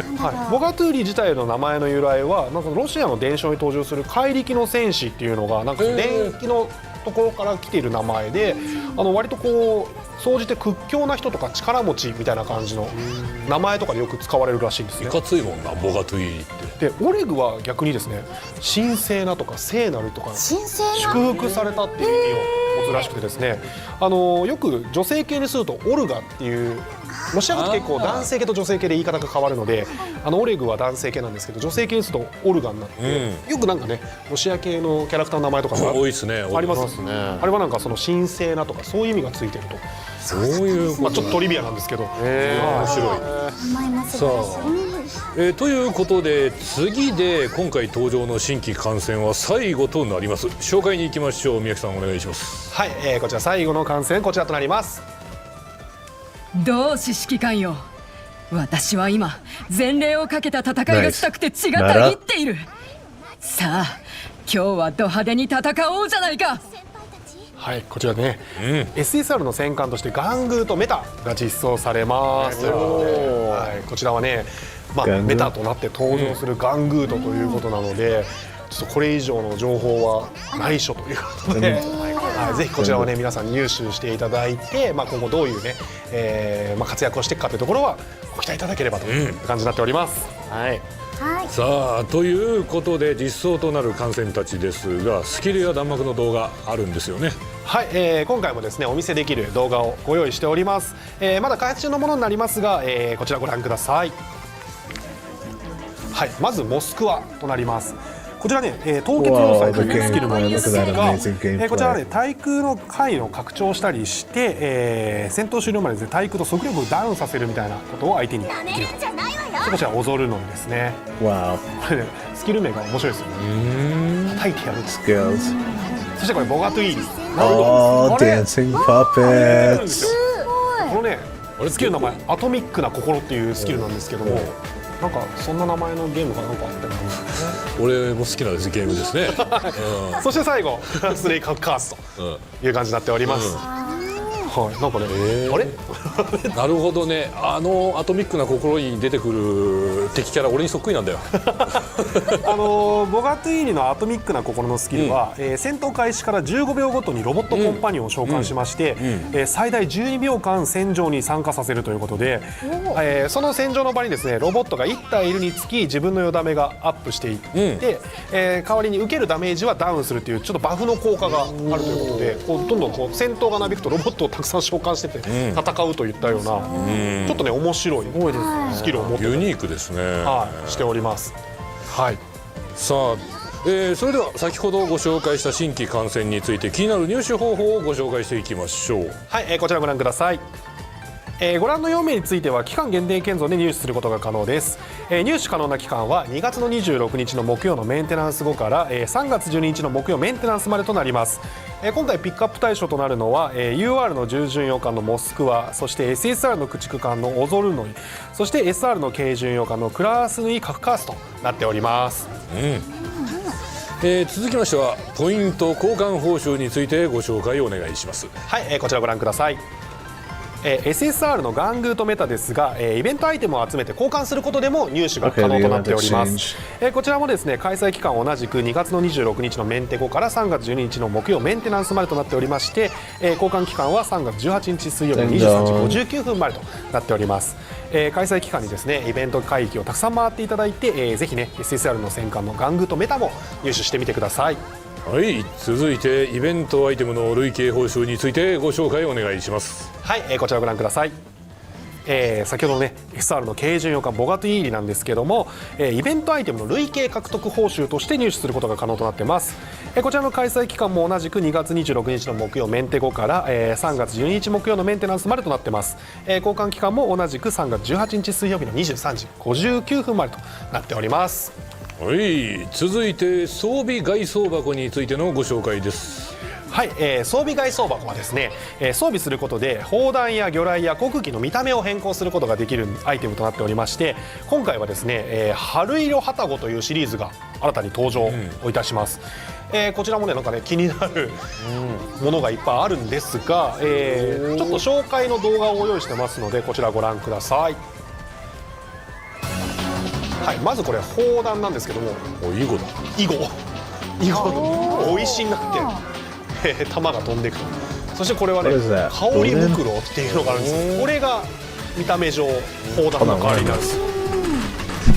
そして続いて魚雷ですね。竹筒。こちらもねなんかね気になる見た目上終わると。でこうシーズンになっております。最新情報新規着せ替え紹介、皆さんお待ちかねのコーナー紹介入るにあたってなんかPlease wait for it. Ghost in the Shell. Wait, Ghost in the Shell collab. 熱くなってきたぜ。盛り上がってきた。なぜか知らないですけどこの着せ替え紹介入るにあたってなんかスタジオ側のスタッフの人たちもなぜか急に笑顔になり始めたんですけど何なんですかね。アズレンのアズナマの一番美味しいところだ。熱くて前とし熱い。よし、じゃあ行きますよ。今回のイベントで新規実装される観戦はもちろん既存観戦の新規衣装も追加があるとのことです。はい、ここからは内田さんと宮城さんにお願いしてもよろしいですか。はい、これ内田さんにもちょっとご協力いただきながら、着せ替えを紹介していきたいと思うんですが、まずですね今回、イベントで登場する新規観戦とですね合わせて着せ替え衣装の紹介する PV をちょっとご用意しておりますので、まずこちらをご覧いただきたいと思います。どうぞ。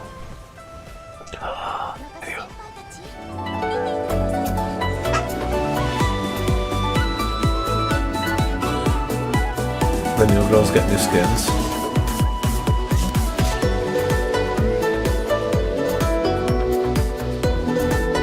Moskva.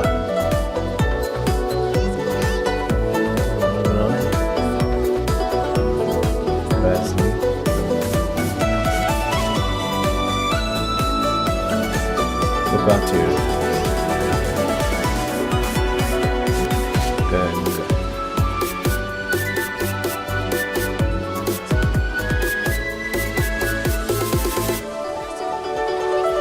They all get Chinese dresses.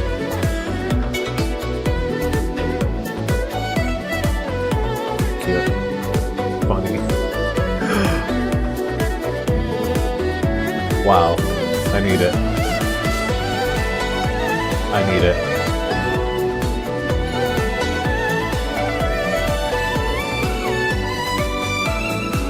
I need it.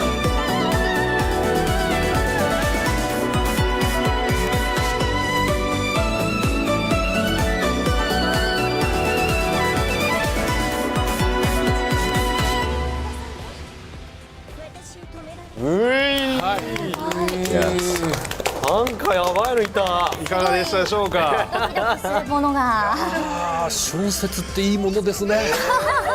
春節って本当にいいものですね。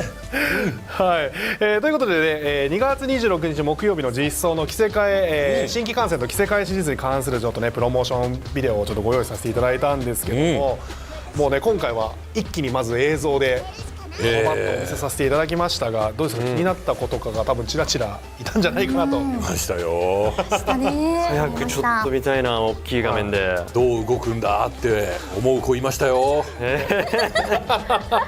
でこの後ね、一人ずつじっくりご紹介していきますので、はい。いや早速紹介していきたいと思うんですが、ここからは内田さんにお願いしてもよろしいですか。はい、ではまずはこちらをご覧ください。こちらは So the モ first ス skin. クワの着せ替え衣装になります。着せ替え名はモスクワ次の一手を街に蹴り。こちらの着せ替えはプチモーション仕様となります。キャラクターボイスは田所あずささんです。太すぎんだろ。太も第も。一声そうなるよね。すごい。なんですかこれ。なる。2本分くらいあるよ。本当に。2本分くらいの太み。太もも多いですね。ちょっと攻めてますね、太もも攻めブが。ームが来ている。こちらねプチモーション仕様ということで、プチとかもどう動くのこれ。これヒールとんでもないピンヒールになってますけど、本当だ。プチモーションなんだ。こんな格好で囲碁やっとる場合じゃない。横から見たらすごいことになってそうなお召し物で見ちゃいけなそうな感じですもんね。とんでもない強者感を出してくる着せ替えとなっておりますが、またフィギュア映えしそうな感じが。確かに確かにたわわですわ。街に蹴り。大田区の書き込みもいい。いや素晴らしいですね。さあでは続いての衣装も見てみましょう。はい、続いてはこちらをご覧ください。こちらはオゾロノイの着せ替え衣装になります。着せ替え名は太閤上風天に昇らん。キャラクターボイスは大森心さんです。かわいいね。結構やばくないですかこれ。なかなかちょっと攻めてはいますけど、さっきのちょっとインパクトが強すぎて映像の中でいろんなものが見えちゃったから、そうなんです、普通かなって思ってしまうというか。普通ではない。よくよく見るとそうしたら俺多分こっちの方がやばい気するんだよな。ですかね。全体的ななんかよりで見たいよりで。良くない、良くなさで言ったんですね。こっちの方がやばい。よくなさよくなさそうさ。白ニーソがいい塩梅を出してる。確かに白ニーソに合うのいいな。どこ立っとんの。なんかもうそのちょっとお兄さんの透け感に関しては執念みたいなものを感じますけど、これは素晴らしい。可愛いですね。なんか元気な感じが。そうですね。表情もポーズも。でも褒めてほしいんだ本当はっていうのがまた可愛い。もういくらでも褒める。いやーすっごい。じゃあ続いての着せ替えも行ってみましょうか。はい、続いてはこちらをご覧ください。こちらはクラースヌイカフカースの着せ替え衣装となっております。着せ替え名はブラインド触り打ち。こちらの着せ替えはプチモーション仕様となります。キャラクターボイスは吉田優里さんです。そんな綺麗に紹介するやつじゃないですよねこれ。そうですね。改めて見るとやばいですね。本当に今なんかあまりにも美しいナレーションと絵が合ってなさすぎてなんか世界観頭おかし温度差くなりそうになりました。がバグってしまう。うちだ。うちだよ。触り打ちってなんだ。触り打ち。初めて聞く言葉だ。触ってるってことですかね。ブラインド触り打ちってなんだ。なんでしょうね。タイトルもすごいし。モーパイのこと言ってんのか。モーパイなのね。モーパイをブラインド触り打ちって言ってんのか。そんなおしゃれな表現の仕方ありますかね。初めて聞いた。モーパイのこと。いやクラスヌイカフカースちょっとやばいな。やばい好きっすね。いかがわしすぎるだろ。やばい。足使いもやばいです。指で挟むっていうね。かなかね、足の裏でも見せるフェチポイント。この着せ替えだと若干ちらっと素顔見えてるんですよね。確かに。でも通常の着せ替えだとね、目が隠れてたんですけど、少し見えてるという。プチモーションだからもしかしたらもうちょっと見えるかも。どうなんですかね。ちょっと気になるところですけども。隠しベロだしすごいな。なんでこんなエッチになるんですかね。現状だいぶお気に入りです。これはちょっと欲しいですね。欲しいですね。なんでこんな。すぎる。ブラインド触り打ちってなんだって。ブラインド触り打ちは本当に気になる。さあ、じゃあ続いての衣装に参りましょうか。はい、続いてはこちらをご覧ください。こちらはボガティーリの着せ替え衣装になります。I need it. 着せ替え Send 名は funds. 感情 Send デー funds タ right メン away テ so 中。 we could pull for こ that ちらの着せ skin. 替えはプチモーション仕様となります。キャラクターボイスは私内田真美が担当しました。おお、だいぶバッテリー減ってるね。これなかなかやば。なかなかそうですね。本当に。セリフが気になるな。どんなセリフを収録したのか。あの子天然でだいぶ攻めてましたね。天然で攻める。天然なんていうんだろう、天然で誘ってるなんだろう、どこまで言っていいのかわかんないですけど。ちょっとこっちのボガティーリはあれですね。割とこうロボットじゃない方バージョンの素の方のセリフっていう感じになってますよね。はい。これ下履きどうなってんの？いやこれプチモーションですよだって。どう動くのこれ？これ危ないですよね。白いあれそう履いて。これだって履いてどう思いますか？あのひらめきがどこまで動いてくれるかで。ひらめきが。下中央だけアップにできない。一旦超寄りで配信が止まってしまいます。配信止まっちゃう？めちゃくちゃ寄ればもう何映してるか分かんなくない？紐ですよねだってこれ。おそらくでも根元が垂れ下がってる場所もなかなかじゃないですか。おーしか書いてない。聞いてんのよ。わお。アンドロイドだからいいのか。何これ。新しい道をアンドロイドだったら許されるのか？そういうことですか。そういう新しい道を？アズレンそういう逃げ道見つけたんだ。今更すぎるだろ。もしかしたら悪くないぞと。アンドロイドですからみたいな感じで。素晴らしい。いやどんなセリフで喋ってるのか楽しみでしょうがないですね。楽しみに入れてください。さあ続いてはですね、既存観戦の新規衣装になります。ここからはマリカさんお願いいたします。はい、わかりました。それではこちらをご覧ください。こちらはインプラカブルの着せ替え衣装になります。着せ替え名は蛍光なびく杯。こちらの着せ替えはライブ 2D 仕様となります。キャラクターボイスはゆかなさんが担当いたしました。わー、ありがとうございます。買いです。ゆかなさんや。基本的にインプラカブルは何かをこぼさずにはいられないみたいな。確かに。いつもこぼしてる。こぼしてる。確かに。しかも綺麗にしてくれるみたいなこと言ってましたしね。なんか。いつもこちらが服側になる。はいはいわかりましたよ。お口で綺麗にしますよ。お口で。そういうことですよね。そういうことでしょ。わかりました。ご要望通りお口で綺麗にします。うっかりこぼすポーズではない。本当ですよもう。ライブ 2D ですね。確かにライブ 2D は嬉しいな。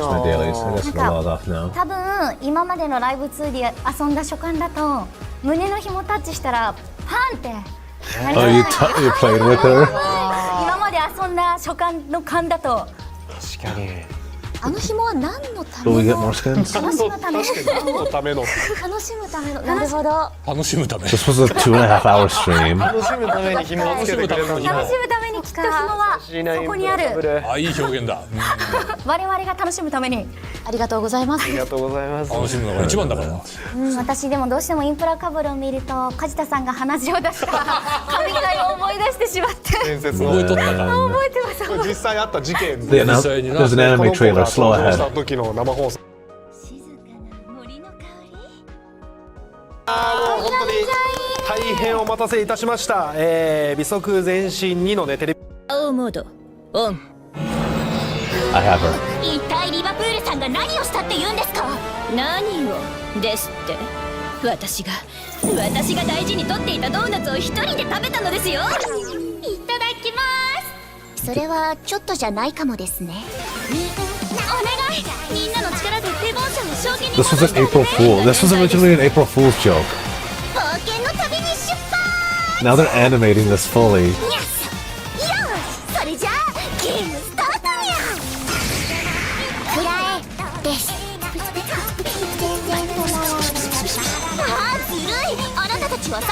Wife.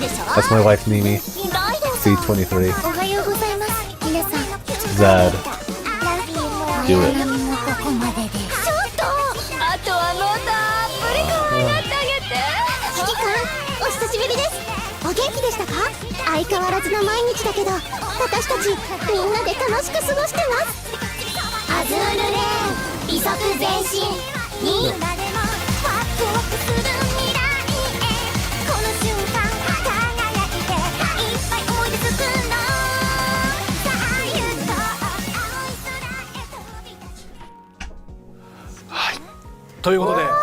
Yes.